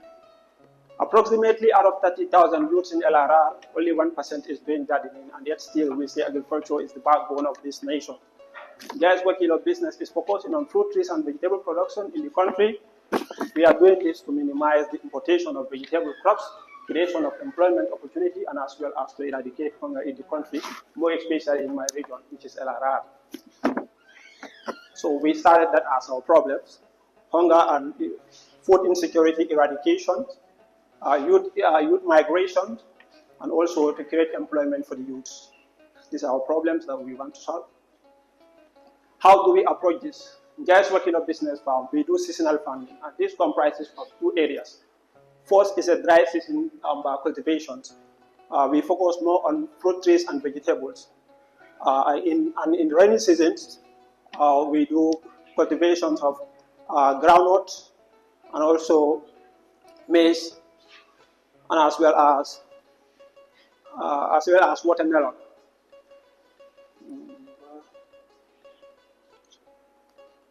our mission and visions. And yes, Wakilo Business Farm, we want to become a leading sustainable food production in the Gambia and across Africa, to reduce poverty and create jobs while improving food sufficiency, starting from the lower river region. Our products, as we first mentioned, these are the products that we have at the farm, which is fresh vegetables, tomato, okra, pepper, and that of the fruit trees, we have oranges, banana, pawpaw, and mango. In rainy seasons, we cultivated maize, watermelon, and groundnut. Our customers are mainly women vendors, restaurant owners, and community members. These are our customers. The way we sell our products, on-site purchase on the farm, this is one of the way we sell our products. Home deliveries, we sometimes do this. We go to our weekly lumos in our areas, and we sell our products to the local markets, including my village. Our competitors, I have two competitors. This is Kanye's farm and Balutaro farm.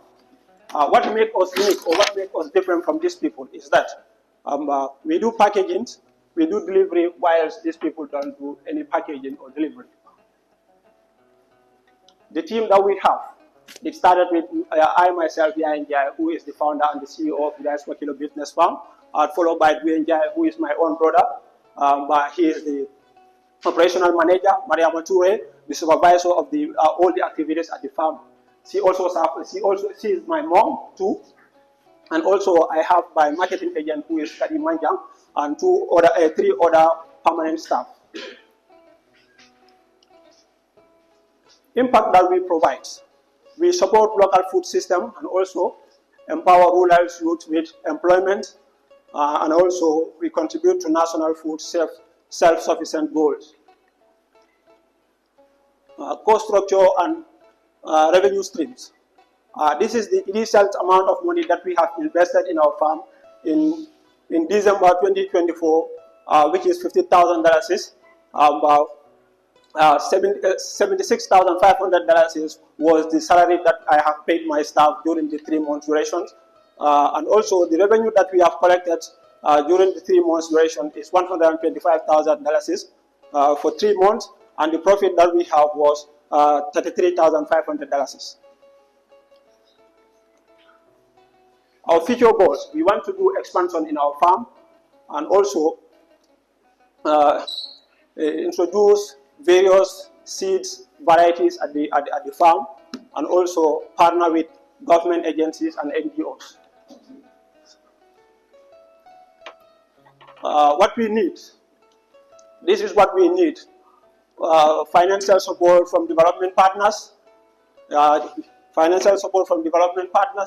This will help us to buy transportation materials like tricycles. We want to complete the fencing at our farm. And also we want to have a storage facility at the farm where we can keep our materials, and also to build the capacity of our staff and myself too. If we want sustainable and inclusive economic development and eradication of poverty and hunger, we have to invest into agriculture, more especially youth league initiatives. Help us to scale our vision to reach more communities in engaging more youth in the community, so that we can all be free from hunger and poverty. Together we can make Gambia self-food sufficient and poverty-free.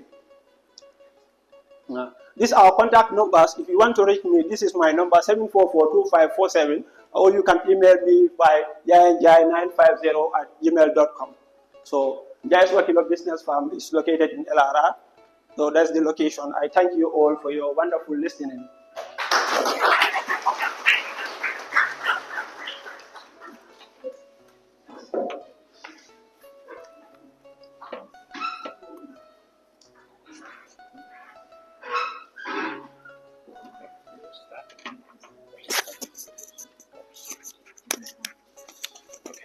Yeah. Yes. Yeah. So I just wanted to know, is this seasonal production or is it all year round?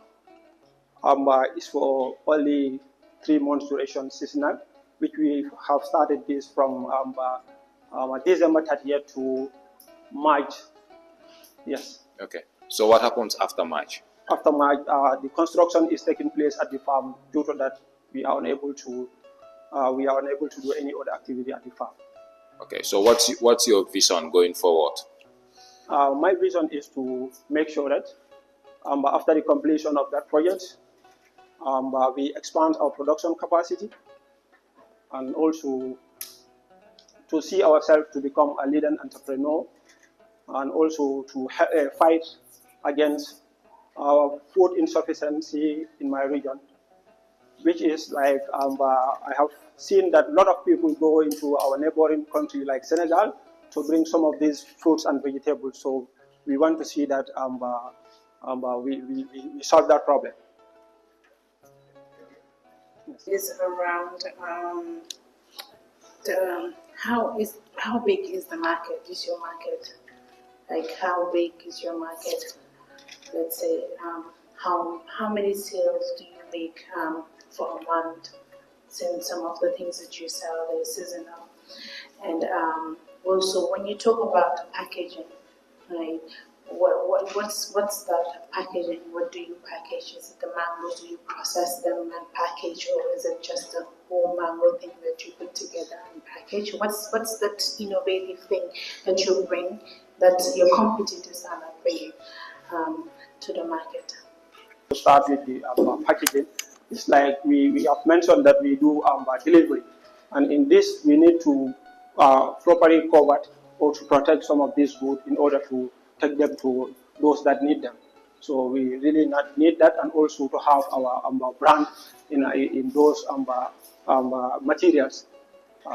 When you talk of packaging, that's what we want, and also as I had mentioned, for this cultivation is just for a 3-month duration.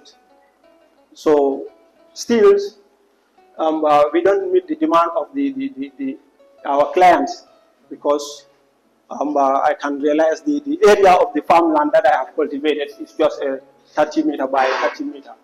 So, and if you can see how the farm is fenced, you really know that it's because of a lot of challenges, and when we have proper fencing, that will really help us.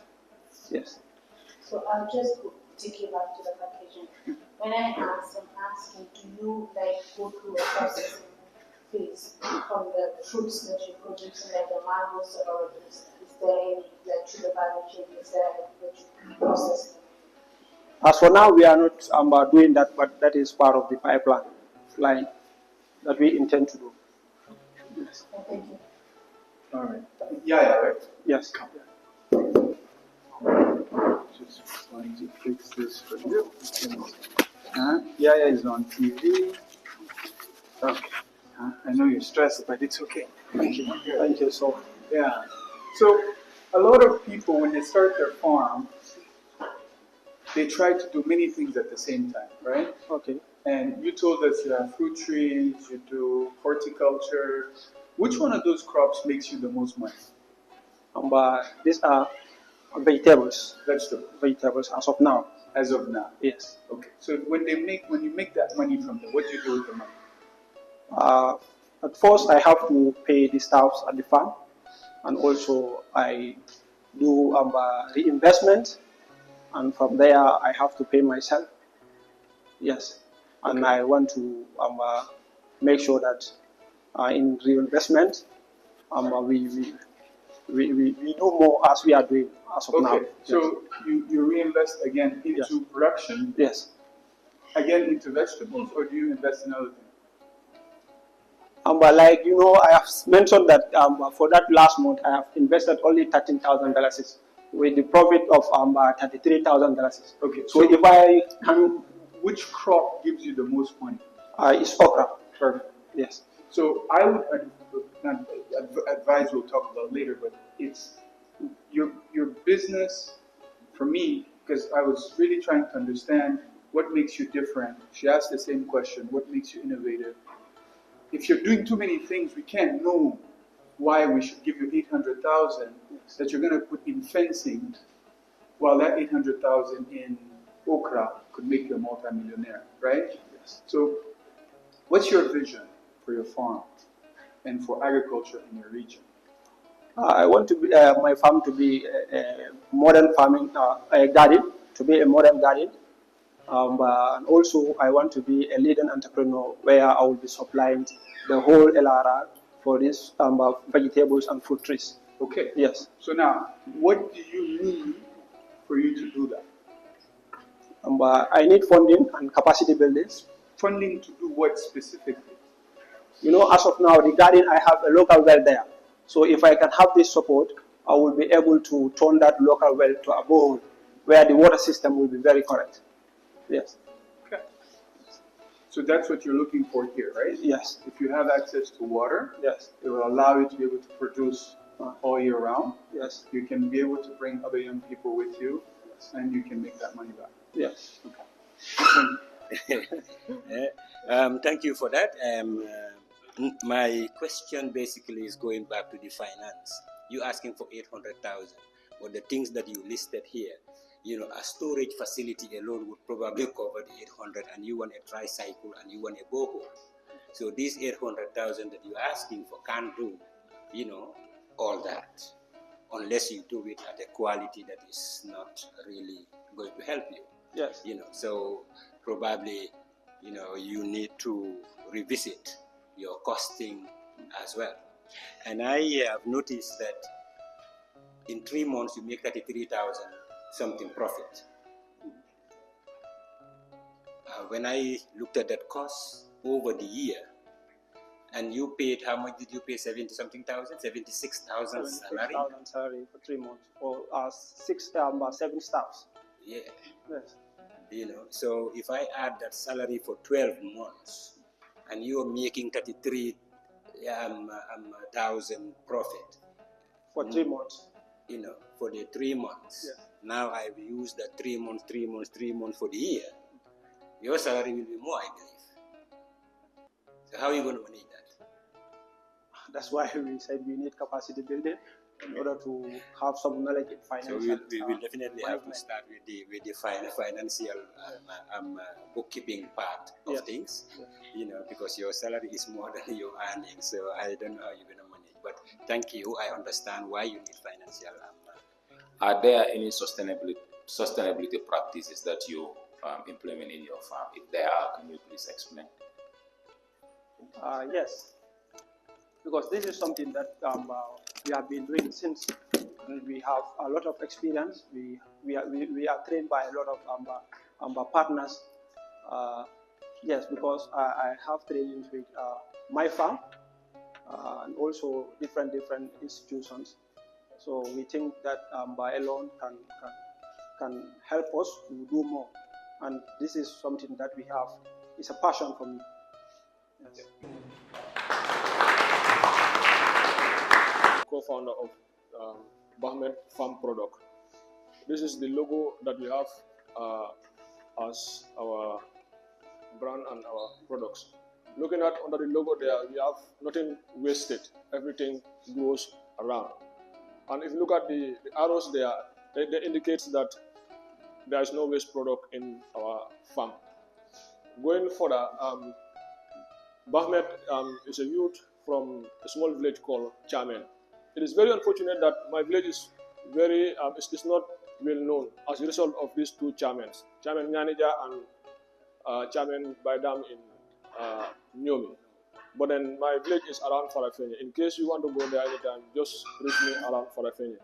So I graduated from the Gambia College under the School of Education, and then I did some agricultural training at GIS Gambia, and also at the agricultural camp at GSI around my village. So at Bahmet Farm Product, as I stated earlier, we are located at Chamen, Upper Badibu. Then our products and services includes 3 things. That is small ruminant, as well as vegetable gardening, and then and also the services. Now under the small ruminant, we have both sheep and goat, both male and female. So the vegetable gardening, we deal with leafy greens, onions, cassava, and cabbages. Even today, if you go to my farm, don't be surprised that you will have cassava there. So the services we provide training to the youths, and also we provide consultation to women gardeners and then farmers as well. So the challenges that we are trying to tackle or that we are trying to bring down include rising food insecurity in the rural areas, specifically in the northern part of the country. And also, we are trying to challenge limited access of healthier and highly and affordable protein from the animals. That is, in most cases, during Tabaski or during christening ceremonies or things like that, some families find it very difficult to have access to these animals. So at our farm, everything is going to be affordable and then healthier to provide for you.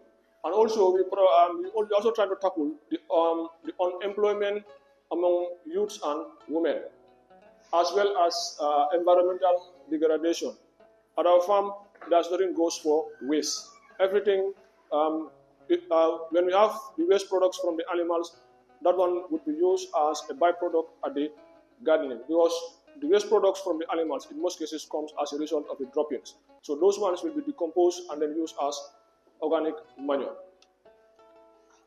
So our solution, we are trying to provide high quality and healthier goats and sheep.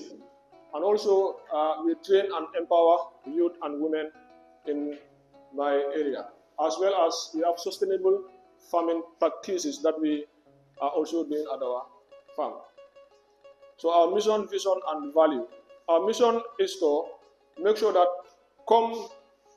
our mission is to make sure that we have a higher quality and affordable meat and organic vegetables. Our vision will be the leading youth, local youth food supplier, or the local livestock supplier in my area. And how do we do this? We do this through what? We do this through empowering rural youth and women. The values that we have, or the values that we had at our farm, we have sustainability, quality, integrity, and then community empowerment. Our value proposition, we have high quality sheep and goat meat. We have high quality sheep and goat meat, as well as we also do the whole animal. We also sell sometimes the whole animal, specifically when we come to these social gatherings and then that of the religious occasions. Also, we have integrated farming system that ensures sustainability and minimize waste. We always make sure that there is no waste at our farm. Even sometimes when we get to the farm, at the vegetable garden, if there is any product that is not fit for human consumption, that could be a byproduct for the animals at the other side. And also, we focus on community and youth. So we also have local expertise and commitment. Distribution channels. As I am a youth leader in my community, through word of mouth, I am confident that my distribution is always not a challenge, because in the Gambia, we know we are all friends and we are all families. The moment you know one, somebody also must know you. So the moment you talk, the moment you tell your products about to somebody, he also will go and tell it to somebody, and then the rumor goes on and on. So through word of mouth, we are confident that we would be able to meet our distribution channel. And also we have billboards. When you go to my village, then you just when you just stop at the highway, they will see my billboards are there. So our customer relation is always very cordial. We make sure that customers are served the best. And also we are trying to partnership. We are partnering with commercial transport services. When we want to transport our goods, we always use the commercial drivers that will help and transport this to the various places with them. Partnering also with local market vendors. Also, we are partnering with the women local market vendors at the market. Customer segment. We also do sell meat to these restaurants in Farafenni. That is Walimang, and then the supermarket also. That is also Paradise Supermarket in Farafenni. And also we do also give to butchers, households, and then. So our key activities, we do rearing and breeding. How often do you sell? Yes, usually the most targeted time for selling is during these religious occasions like Tabaskis and like Tabaskis and Korites. But sometimes also we do have sales maybe once in a month or twice in a month for those that are having these social occasions like christenings or marriage ceremonies. So let me say you have 5 male, 5 female, or no, not 5 male, 5 female. We have 7 male, 7 female, and 3 male. Because you said you sell to the hotels, you sell to Farafenni, I don't know. So I was counting, and now you have 10. I said you sell to all those people. No, we are not selling only meat. Remember, I said you sell meat. Yes, meat and vegetables. Yeah, no, the meat you mentioned, we sell meat. You mentioned the hotels and all of those. That's why I was worried. The numbers you counted, you only have 10. Then that was an oversight. Business will go down. Yeah. Okay, thank you very much. The staff that you have, the 2 of them, do you pay them? Not actually paying them, but then what we do is like from the profit that we got, that's where we have a share base. Okay. Because it's a family. You share profit. Yes, because I had you trying to address the back way, youths and all that stuff. So I was thinking, you give them a job so that they don't go back way. But since you don't pay them, so they can, if they choose to, they will still go back way. Don't you think? No. Okay. Thank you very much. Take care. Thank you, Ahmed. Yes. You've mentioned that you sell animals, right?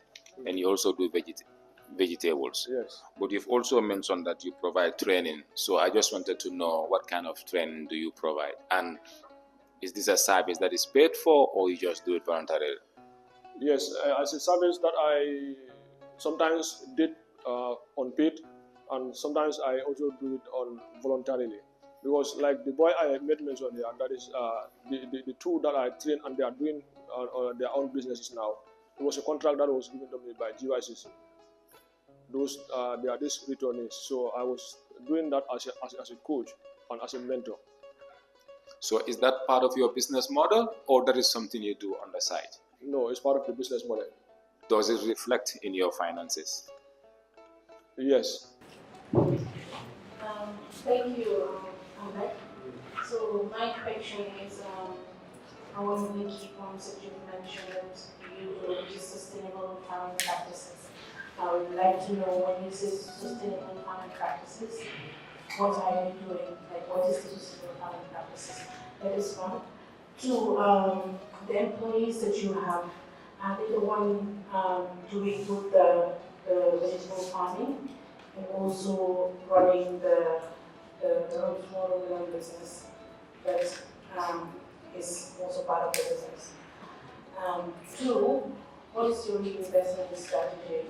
If you think about sharing the profits and all that, do you invest back in your business? What is the strategy? Yes, let me start with the last question. That is the investment strategy. Usually, the investment, usually we get it from the farm. This is why we do breeding at the farm. When we have our profit, from that profit, when we do the share base, then there will be a percentage that is already kept to be as the principal amount to continue the business, because we don't exhaust everything. So from there, we will now purchase other animals and then bring them back to the farm. How often do you harvest in your farm? Is it daily, weekly, monthly? Yes, that one depends on the variety of crops that we are using. Because if you look at that of during the dry season, we harvest every 2 or 3 weeks, every 40 days we harvest. Okay. But now when you look at the cassava, we harvest it annually. The challenge is to you Yes. to think of developing a calendar, a Okay. training calendar, right? Yes. So that you can harvest it. If you have it in your vision, because you have to think like a shop. Yeah. Like a food shop. Yeah. You have to see your business like a food shop. How do you generate revenue from your crops on a daily basis? How do you generate revenue from your animals on a daily basis? That's the secret to a profitable farm. Okay. Because if you're doing multiple seasons like what you're saying, if you have a bad season, what happens? You've lost your money. Yes. So you need to figure out how to make money every day. Okay. Thank you very much. Okay, thank you very much. That was very interesting.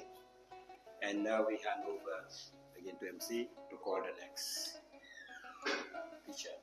Basically a magician on all technical issues you may have. So if you didn't know, whenever you have a problem, you go to see MC and the problem will be solved. And he is also one of the coaches that has participated in the program and will go through the training today. So yes, I think it's a good moment for an applause for Abdul Karim. Paying attention to us, because as I said, he's solving some of the many problems that can come out during an event. So he's probably not even heard what we're saying. Then Abdul Karim, I hope you all know how much we appreciate you for your problem solving. And I think now we can hand it over to Modu.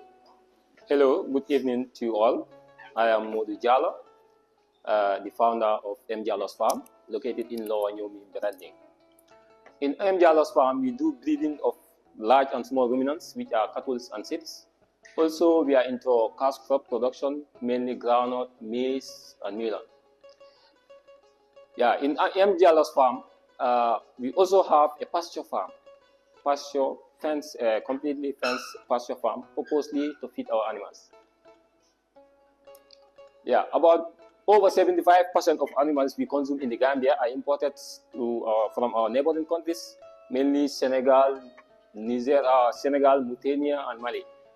So which makes it very difficult for the average Gambian to have, to have the ability to purchase, reasonable animals in the Gambia, like meat, eggs and other, even in poultry farming, because we import a lot of our feedings.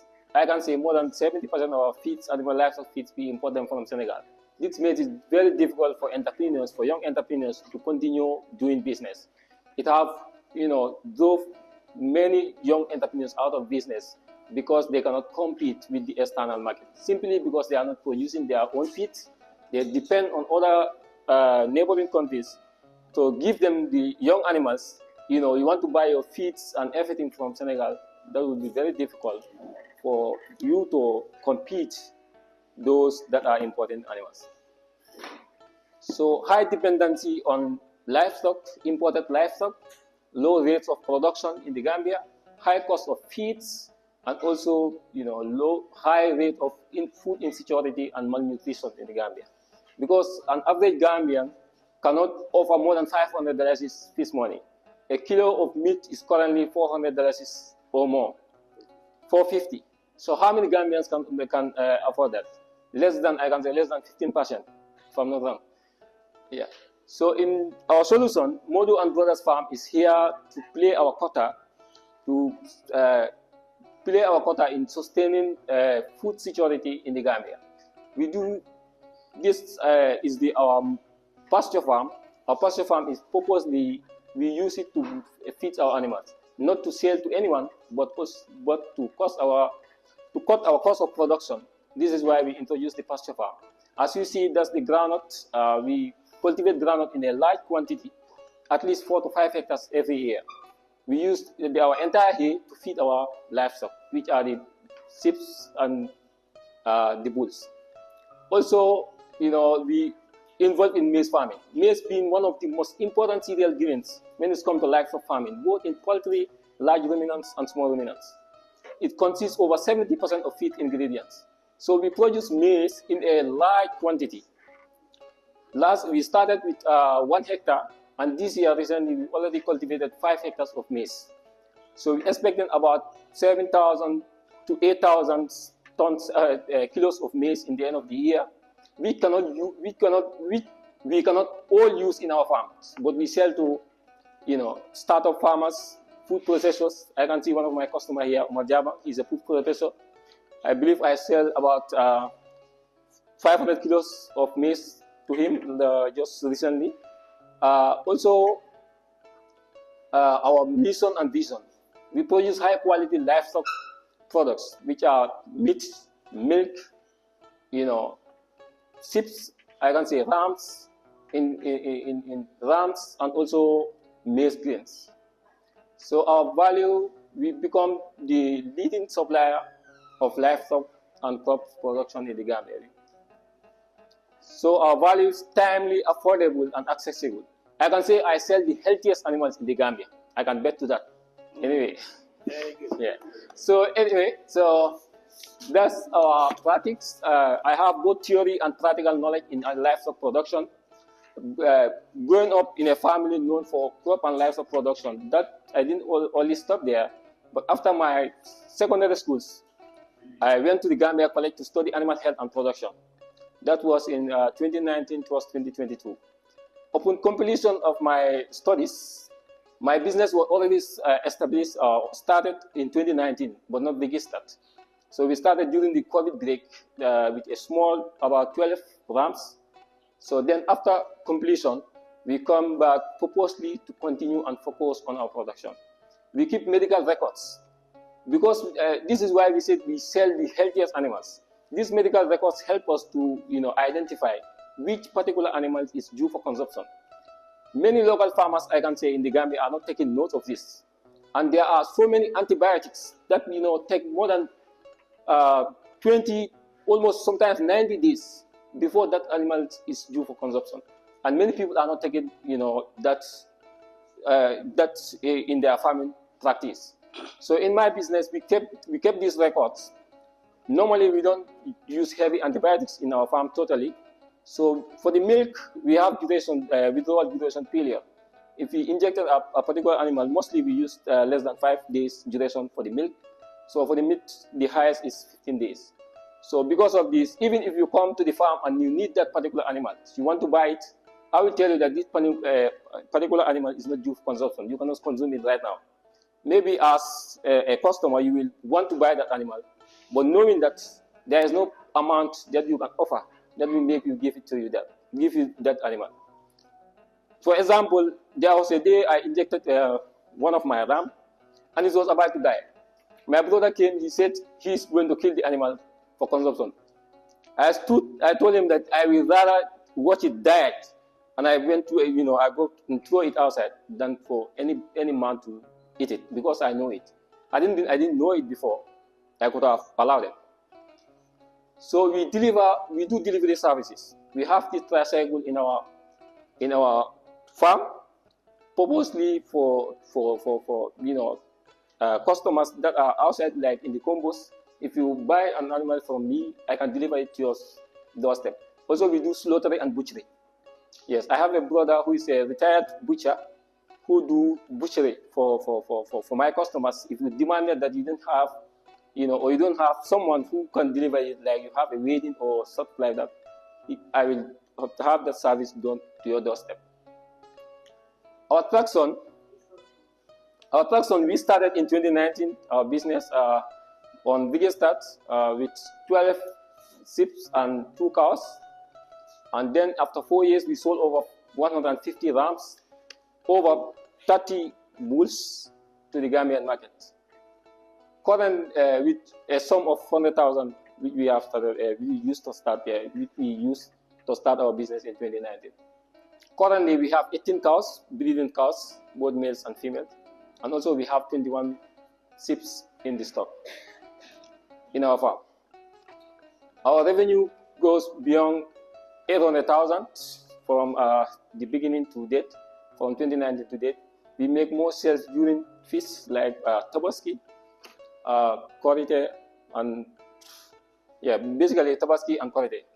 In 2019, the Youth Minister Bakari Baji visited my farm with the recommendation of National Enterprise Development Initiative (NEDI), and also through that I was recommended to go to China to train on business management and innovations.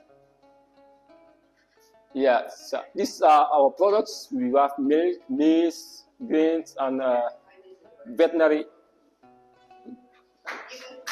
Okay.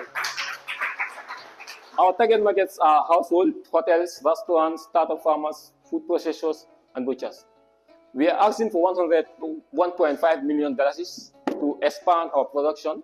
We used $800,000 to purchase 30 bulls for beef fattening. We used $200,000 for the housing and feeders and drinkers. So, anyway, that's our team: Modu Jalo, farm manager Modu AI Jalo, and Basiru the Rebola. So, farming is a testament of hope, planting of seed with the hope of to grow, caring of animals with love, and saving the land for purpose. Invest today and reap tomorrow. Thank you. But I just wanted a little bit of clarification. I know that you have 18 cows. Yes. And 21 sheep. Yes. And you made a revenue of 800,000.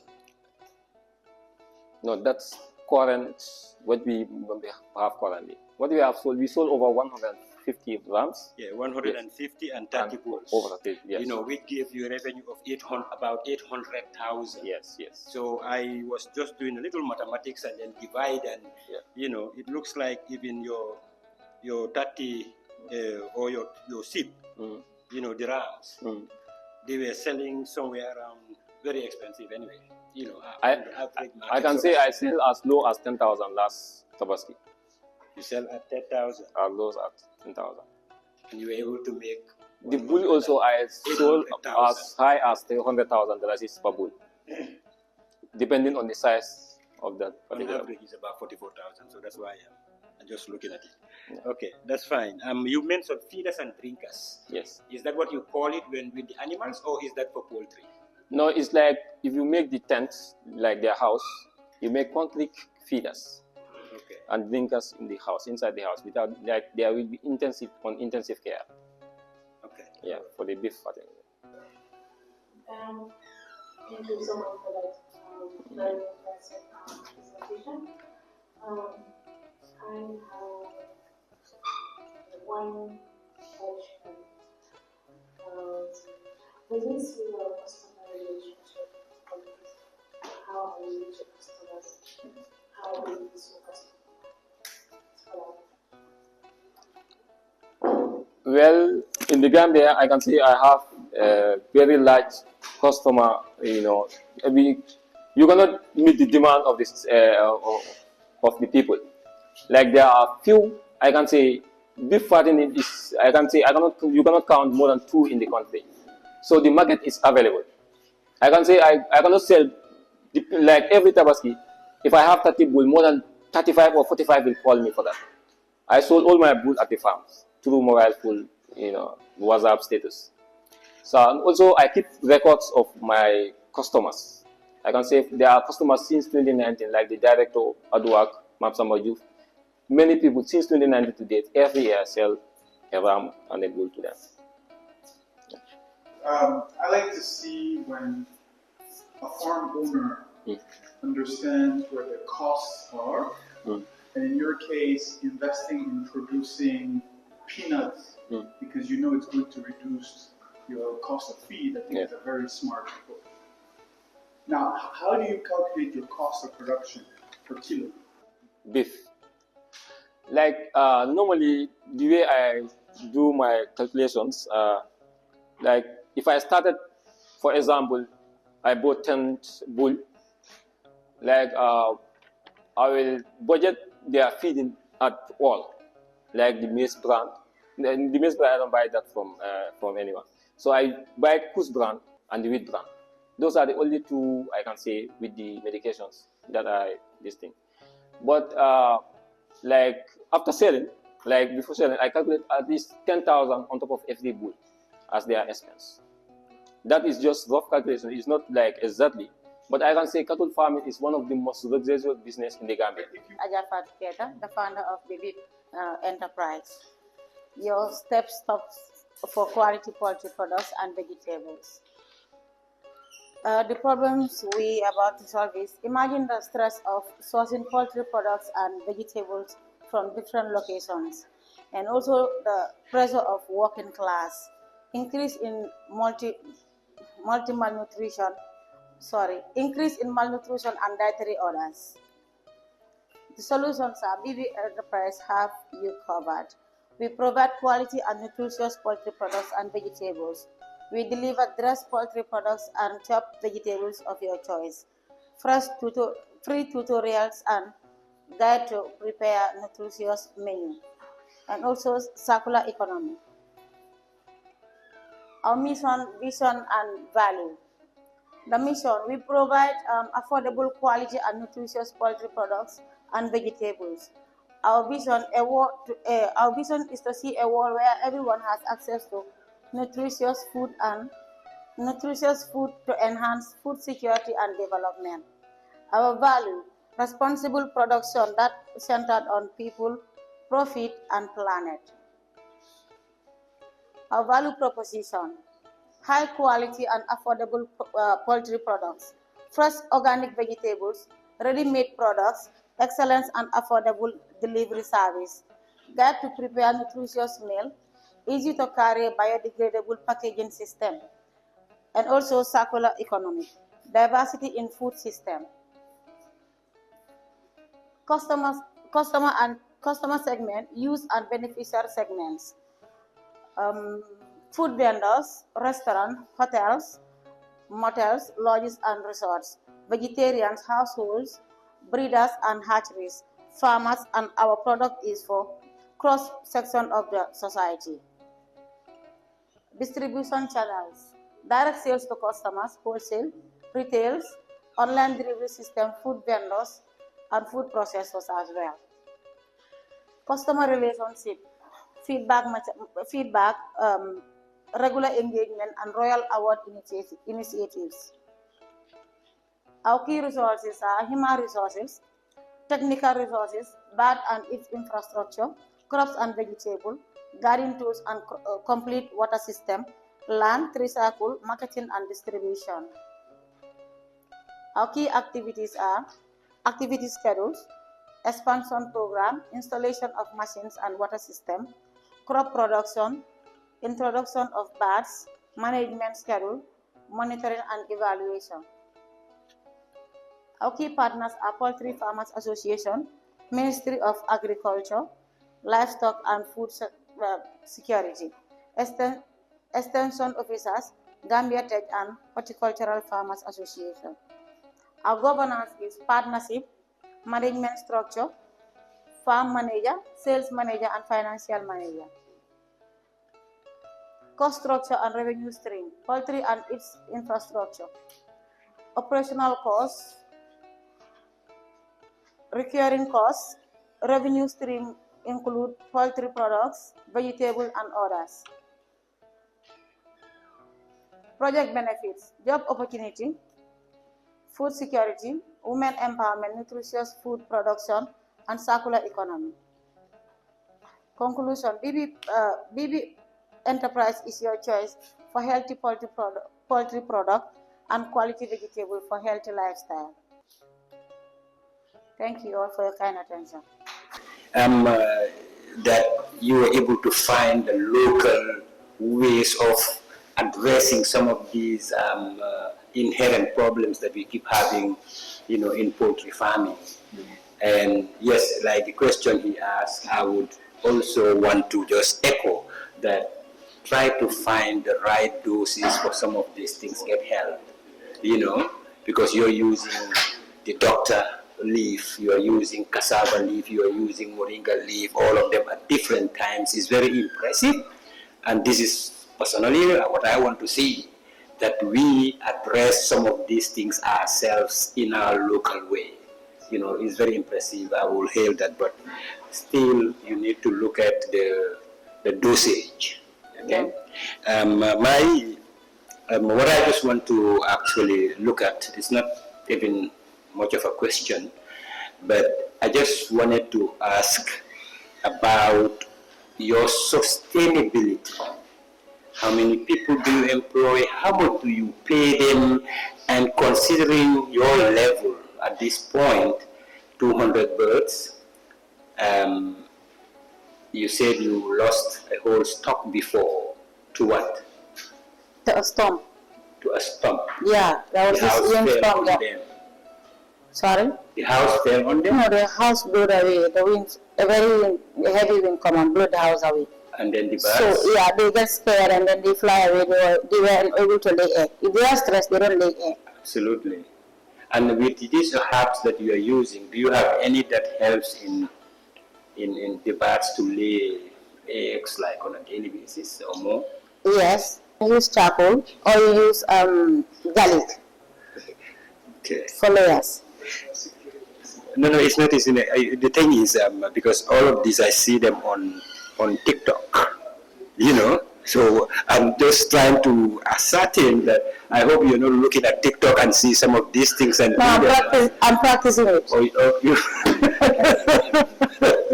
Okay, all right, then that's fine. Are you able to quantify the quantity of those moringas and how well you improve their plants? Yes, because they are 1 week old. You make it very light for them. What makes you unique? Okay, I don't give imported medication to my birds. They are organic, purely organic. Like today, early in the morning, I give them moringa juice to prevent them from any kind of sickness, and it boosts their immune system as well. So another week, like another Saturday, Thursday, they will be 2 weeks. I will give them cassava leaf. Maybe grind them and mix it with their food, or make it a juice as well and give it to them. Maybe 2 weeks, 3 weeks, I'll give them pawpaw leaf. That's how I treat my birds. If I feel like this one is sick or is not feeling well, I will isolate the bird and then give it the doctor juice or neem tree. It cures them. So I normally post it online. I normally post those posts whilst I do it, and then most of my customers they appreciate it like that. Barry, the founder and CEO of Barry's Healthy Animal Farming. It is located at the Gambia Central River Region North.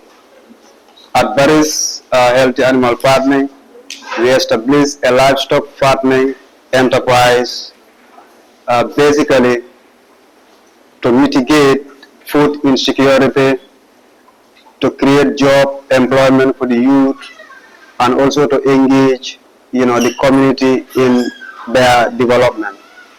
So at Barry's Healthy Animal Farming, we have a problem, and the problem is, like if you all observe in the Gambia here, for example, during the Eid festivals, many families prepare these festivals by buying rams and goats and even cattle for sacrifice.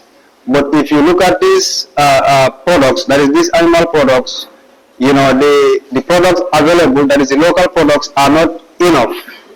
And we also have some imported animals, or mostly are imported. And these imported animals are always underfed, they are overpriced, and they lack veterinary care.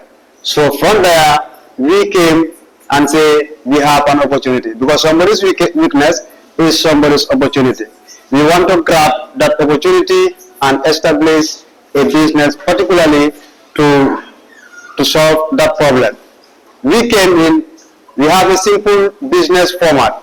We said now we can source lean and healthy animals at a lower cost, then we fatten them at a period of time and come back and sell them in affordable prices in the community, especially the rural community. So we came up with this various fattening enterprise.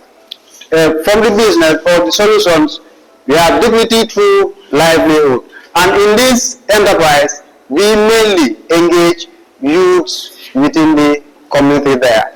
That is the local community, the rural communities. What we do is to consistently, and we have only one cycle. It is one cycle per year. We only target the Eid season because we are starting, though we are growing now. That is why we only limit to one cycle targeting the religious festival. That is the Eid, the Tabaski. Now our mission basically is to establish a sustainable, profitable animal farming enterprise in the rural Gambia, that is in the provinces. Because if you observe there, you only have these traditional farmers. They only practice the traditional way of bringing livestock, which is not scientifically managed. So we say we want to establish this type of enterprises in the provinces and also develop the youth in the provinces and encourage them to also participate in doing so. So we have a vision of establishing a sustainable and profitable animal farming enterprise in the rural Gambia. And our vision is to become a reliable and a leading model of sustainable and profitable animal farming enterprise in the Gambia here, particularly in the provincial areas. Our values are as follows. That is animal welfare first. We care and respect the animal first, and integrity and transparency. Whatever we do, it is open, it is transparent, everybody sees, and that is why we are trusted. And we also engage the youth, that is by creating jobs for them, offering training for the youths again. Dignity through livelihood, as I mentioned earlier, community-centered growth. We are community-centered growth. We consider the community first. We involve most of them directly or indirectly in what we do. And hope over risk. This hope over risk, we said we can make it here. We can make it here differently. It does not mean, in fact, to leave the rural areas to the urban areas always. We can make it in the rural areas. Now, our value proposition, we provide a scalable data-driven animal farming model that bridge the gap between seasonal demand and post supply. As I mentioned earlier, I want to challenge my brother, that is Modu Jallo. He said he is the one who provide the healthiest animals here. I'm saying no. I accept that he provides more animals than I do, but he does not provide the healthiest animals. We have a great animal care and management. Yes. So we also have a digital platform for direct sales and transparency. We have direct sales, no middlemen, because we believe that this middleman, it affects pricing. So we sell directly to our customers. And we also consider the community there first before we listen to urban buyers. We address high demand, especially like I said, the Tabaski time, the festival season. Yes, youth employment again and rural development. All the members. Your animals are healthier than your competitor. I said his animals are not healthier than mine. So if these animals are not healthier than yours, yes, it means that they're all the same health, or yours is healthy. Probably. I would say mine are healthier. Okay, how do you ascertain that your animals are healthy? Yeah, because we fatten them using complete organic feeds. Made of what? Natural, like ground haze, refuges, concentrates. This is what we use. So the groundnut that you use for them, yeah, where do you source it from? Say it again. Where do you get the groundnuts from? I buy. You buy it from where? From the farmers. And those farmers, where do they get their groundnut from? They cultivate.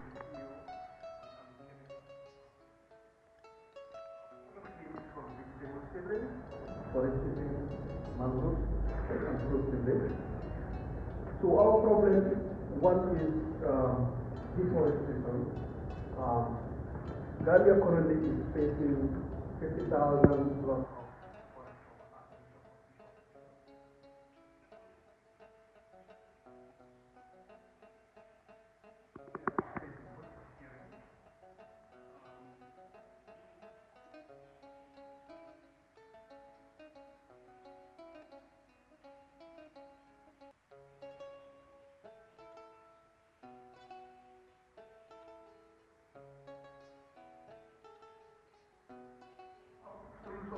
we have to provide affordable climate resilience and drought resilience. Secondly, we engage in the ecosystem restoration, that is, replacing and reducing our depleted forests and communities.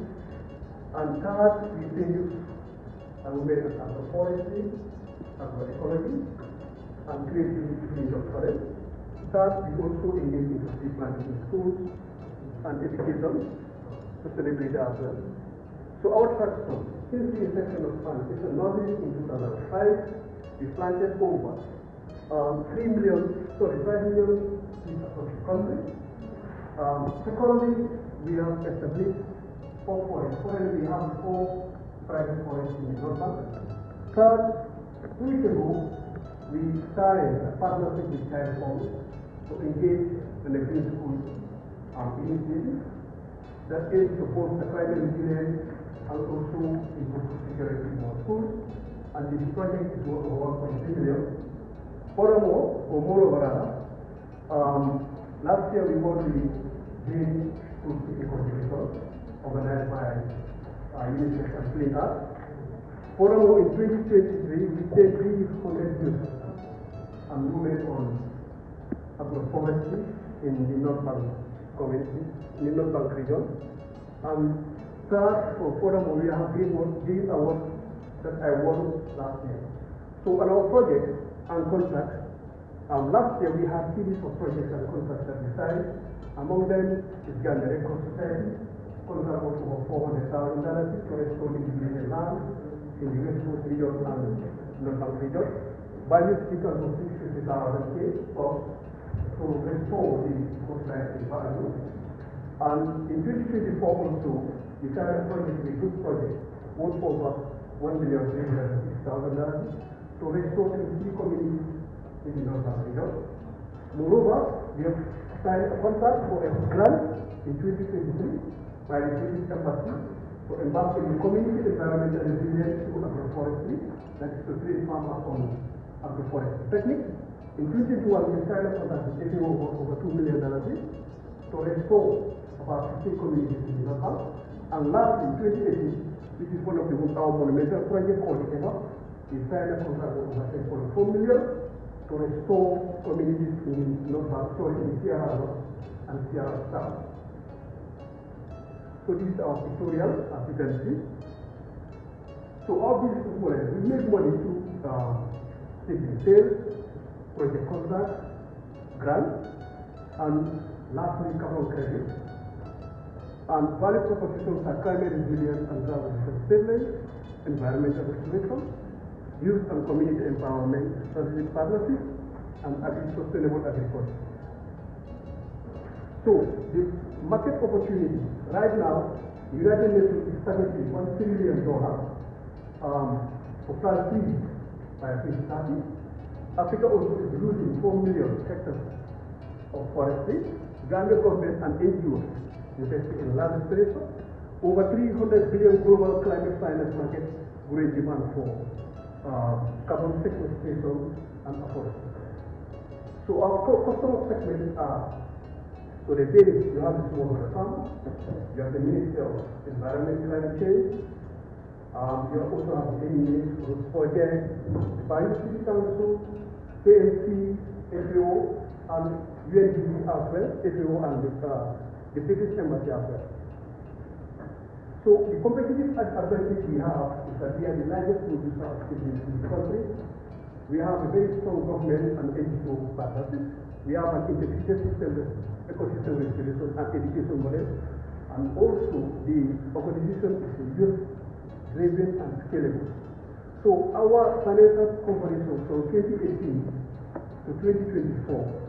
So in 2024, we made a net profit of 1,457,000, and the revenue was 3 million. The expenses were 700,000, and the gross profit was 1,287,340. So 2023, we made a net profit of 1.1 million. 2021, 524,000 plus.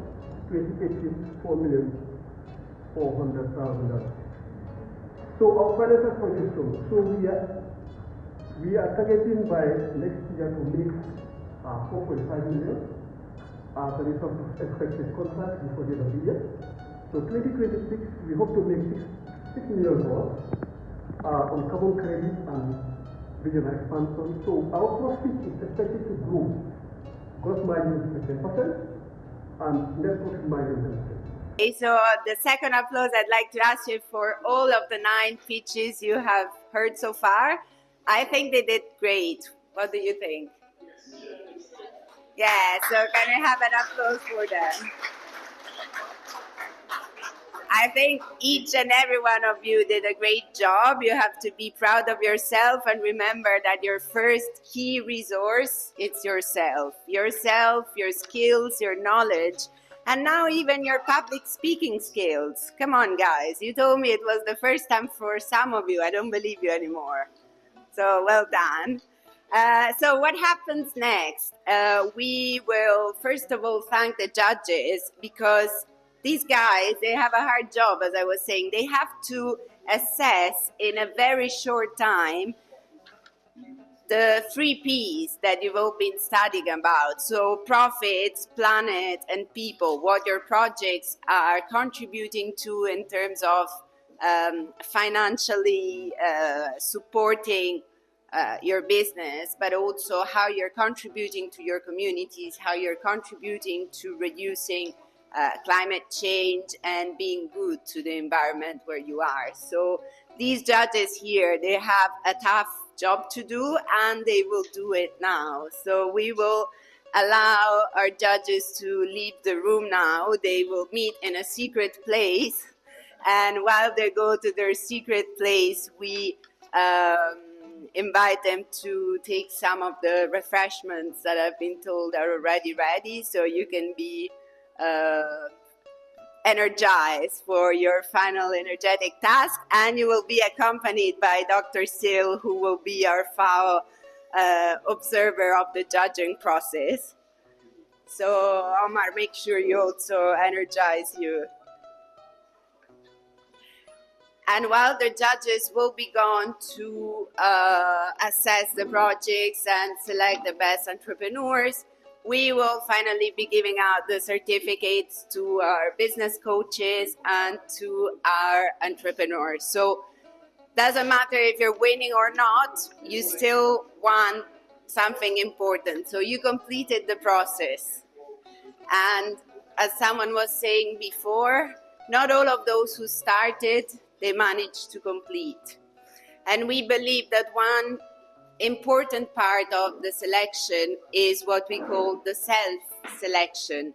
If I myself don't complete the process, I'm already self-selecting that I don't want to be part of the process anymore. So that's why I think it's not granted that you all managed to conclude. You made it, and we are very happy as FAO and as Gambia-Tech and with the support of the German cooperation to be handing out your certificates of completion.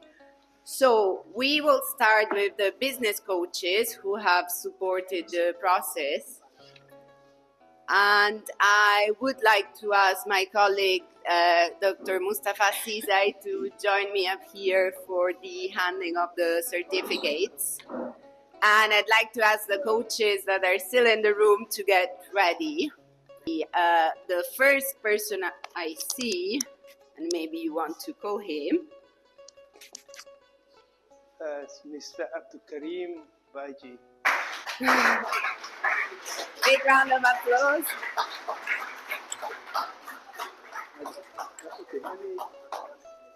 Yes, sorry.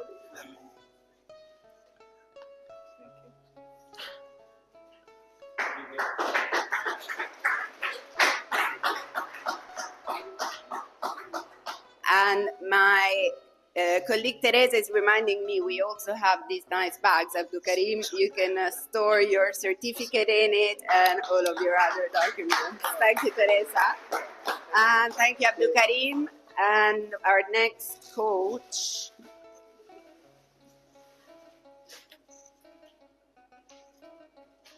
Mr. Jerry Chang. Is he still around? He may have left already. He was here before, but I don't see him anymore. So we will leave the ones that are not around here in Gambia-Tech so they can be picked up. So the next one is Mr. Omar Jaban.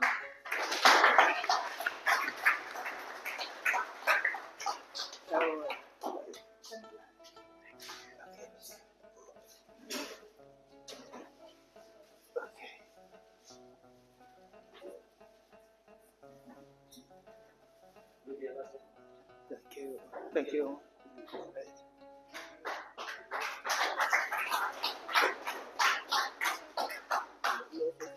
well done. Thank you, Omar. And we have Mr. Omar A. Manjab.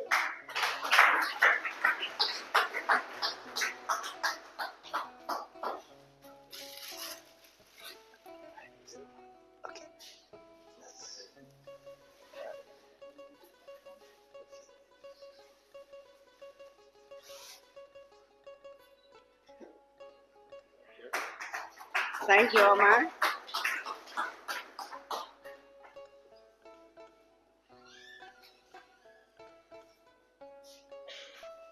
Cecilia Yanda.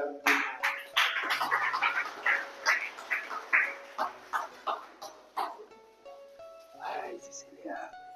Where have you been?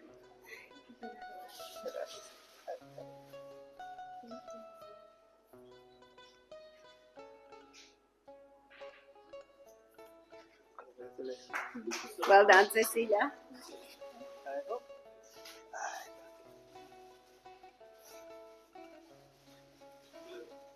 Thank you. Thank you. I think Ismaila may not be around anymore. Ismaila Sambu. Is he? Oh, yes, he's there. Sorry, Ismaila, you were hidden behind all of these tall guys. I didn't see you anymore. How's it going? I know. How did it go? I'm good. Yeah.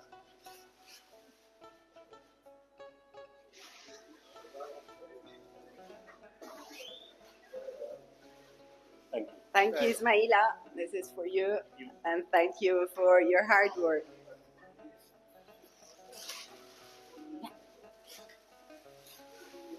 Lamin A. Sonko.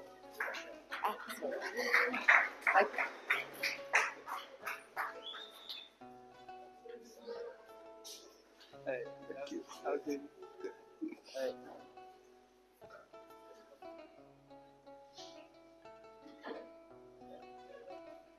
Thank you, Lamin. Thank you.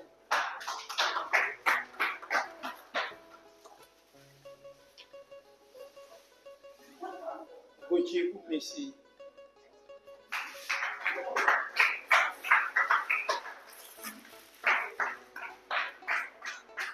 Congratulations, Gucci. Hey. Ahmad Ba. Please, Ahmed. Who's your coach? Okay. His coach is in China at the moment, so he will have to wait on the certificate. Well done, Ahmed. And congratulations for your presentation too.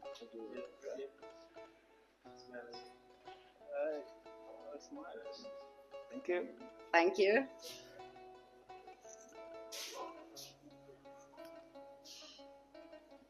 Bora Bari.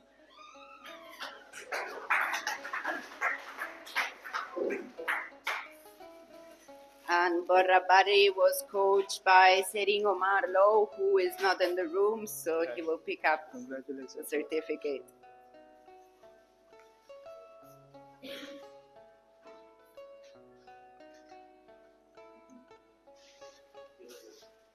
Thank you, Bora. Well done. Samba Fai. Samba. Oh, we have your coach here, so your coach can also join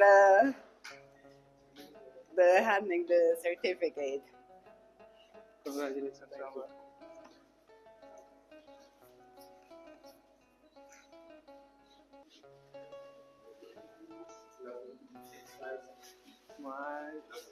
Thank you, Samba. Thank you. Fatu Njiba. Fatu.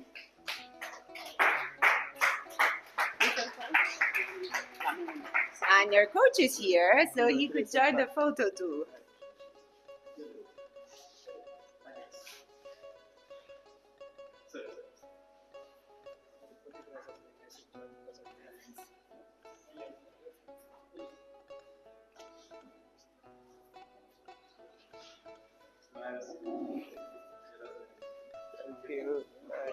Thank you, Fatu. Well done.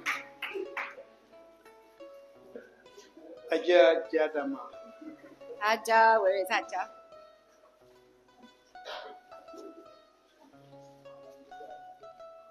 Who's your coach?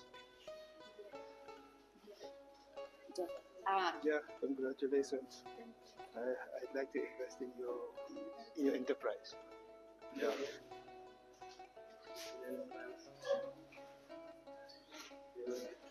That's good. Yeah. Thank you, Aja. Well done.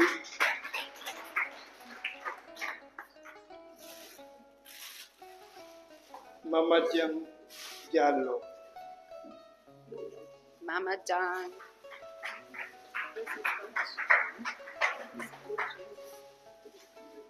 And Bucci is his coach, so. Okay. Congratulations.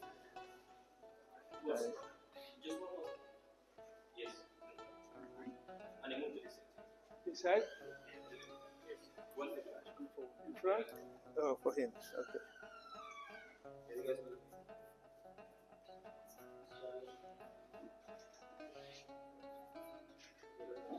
Thank you. Thank you. This is your bag. Thank you. Mamadou Diallo. Mamadou. Mamadou. And Cecilia is your coach. Congratulations.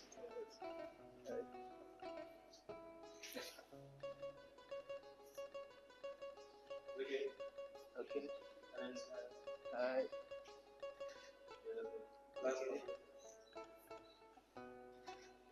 Thank you. And Madhu, the bag is for you as well. Well done.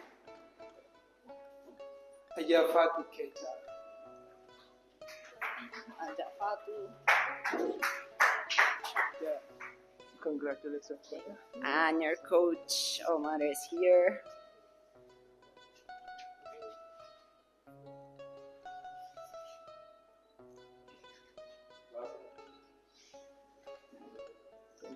Thank you. Well done.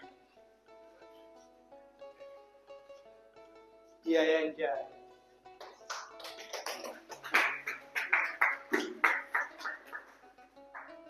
Congratulations. Yeah.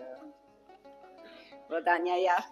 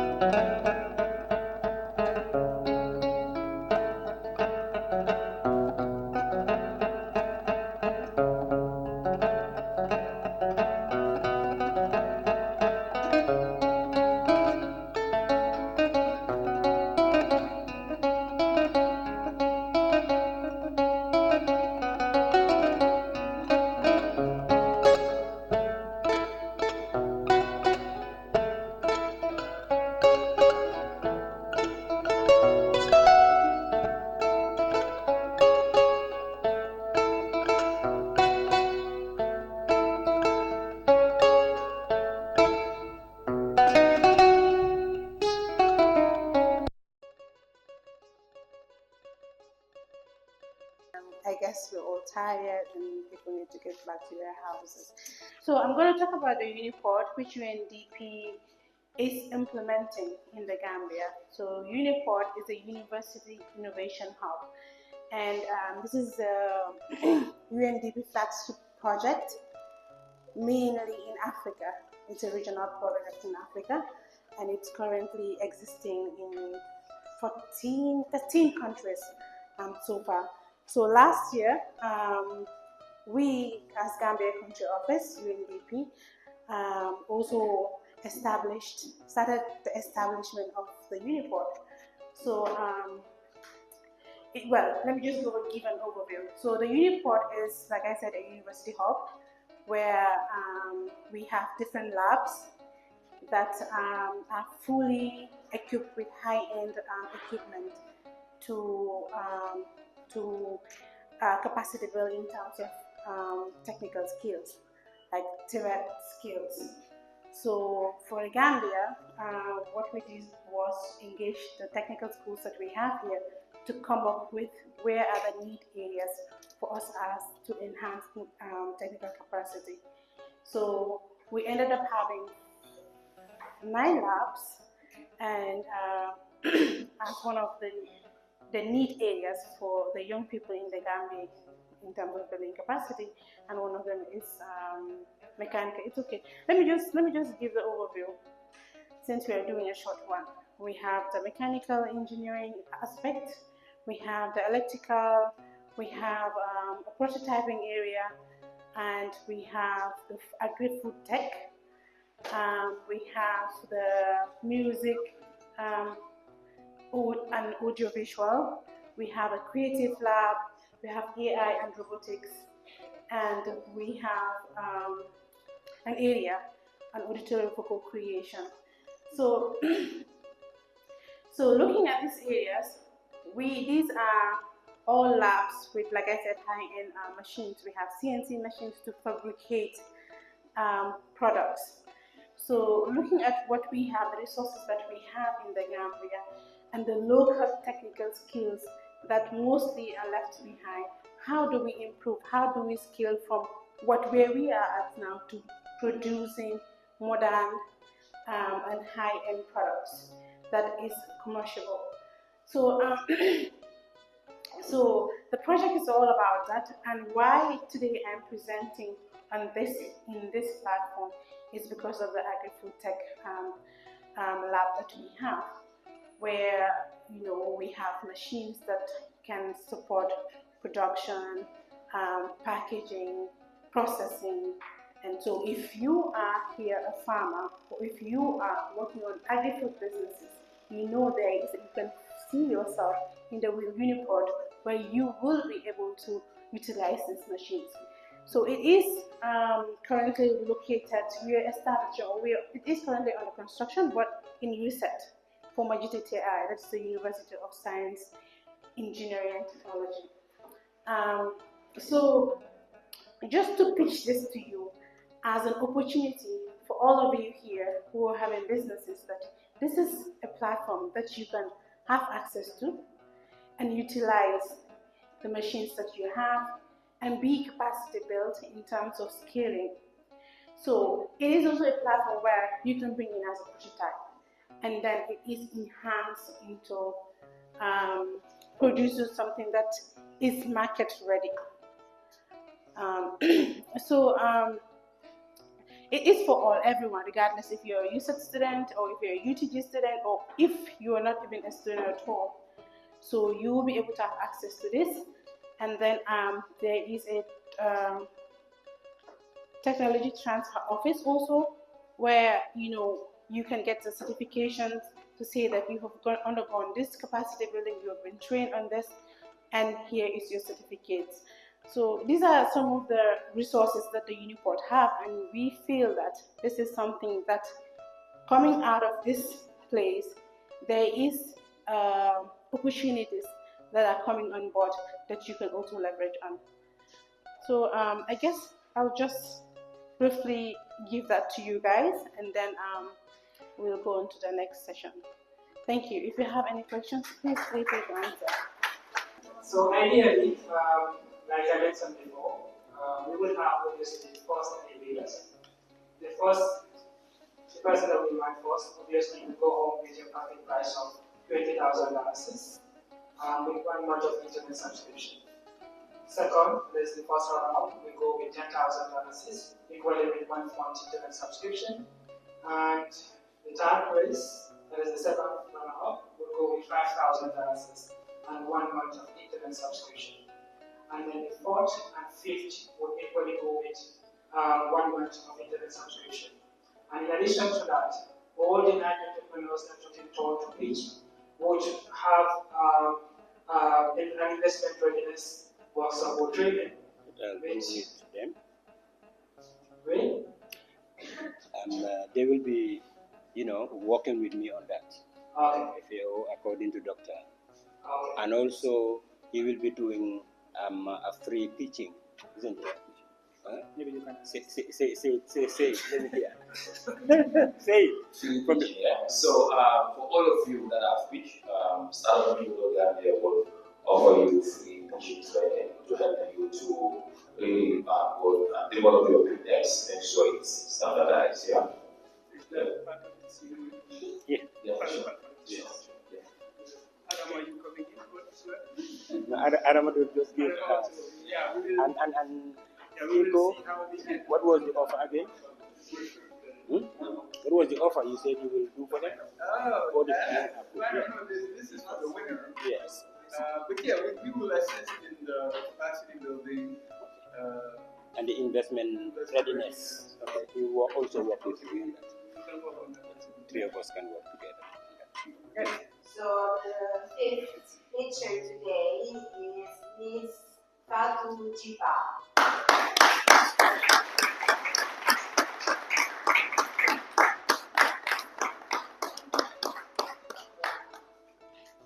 Thank you, Fatu. Photo. Mr. Ramajan Jallo.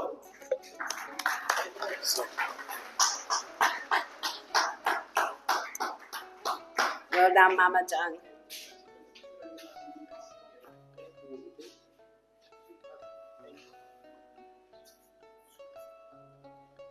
The scores were assigned both on your pitching today. So the judges scored the pitching with several criteria that they explained to you, and also the documents that your coaches sent to us in advance. So your business model canvas, your CFSRI alignment sheet, your material requirement sheet, and also the coaches did skills assessment matrix for each of you. So the judges put together the scores on the documents that were done by another team and the scoring of the pitch. So that's for everyone information. So now the podium. The third winner of this pitching competition today is Mr. Madhu Jallo.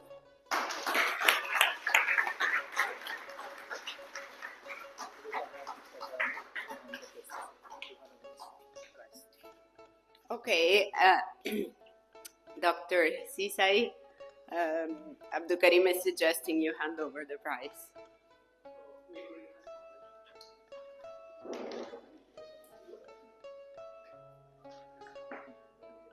Because the other prizes are knowledge, training, and workshops, and they're not physical, but these ones are more physical. So let me...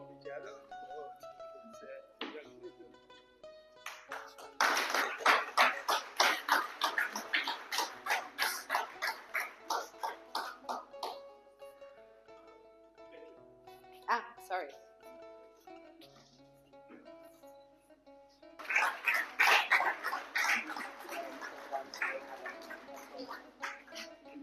Adama, can you hand over the mouse to him? Is here maybe? Let's see if it says Porrabarri. That's the right one. I'll hand it over to Adama.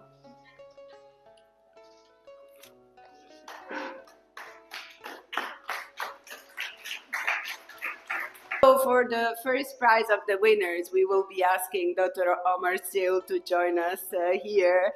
to hand it over, and all of the judges. So blame him for this idea. Come up on the stage with us for the first prize.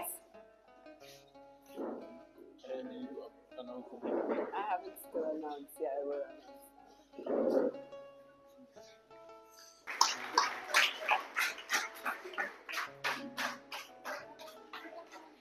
Congratulations, Mr. Faye.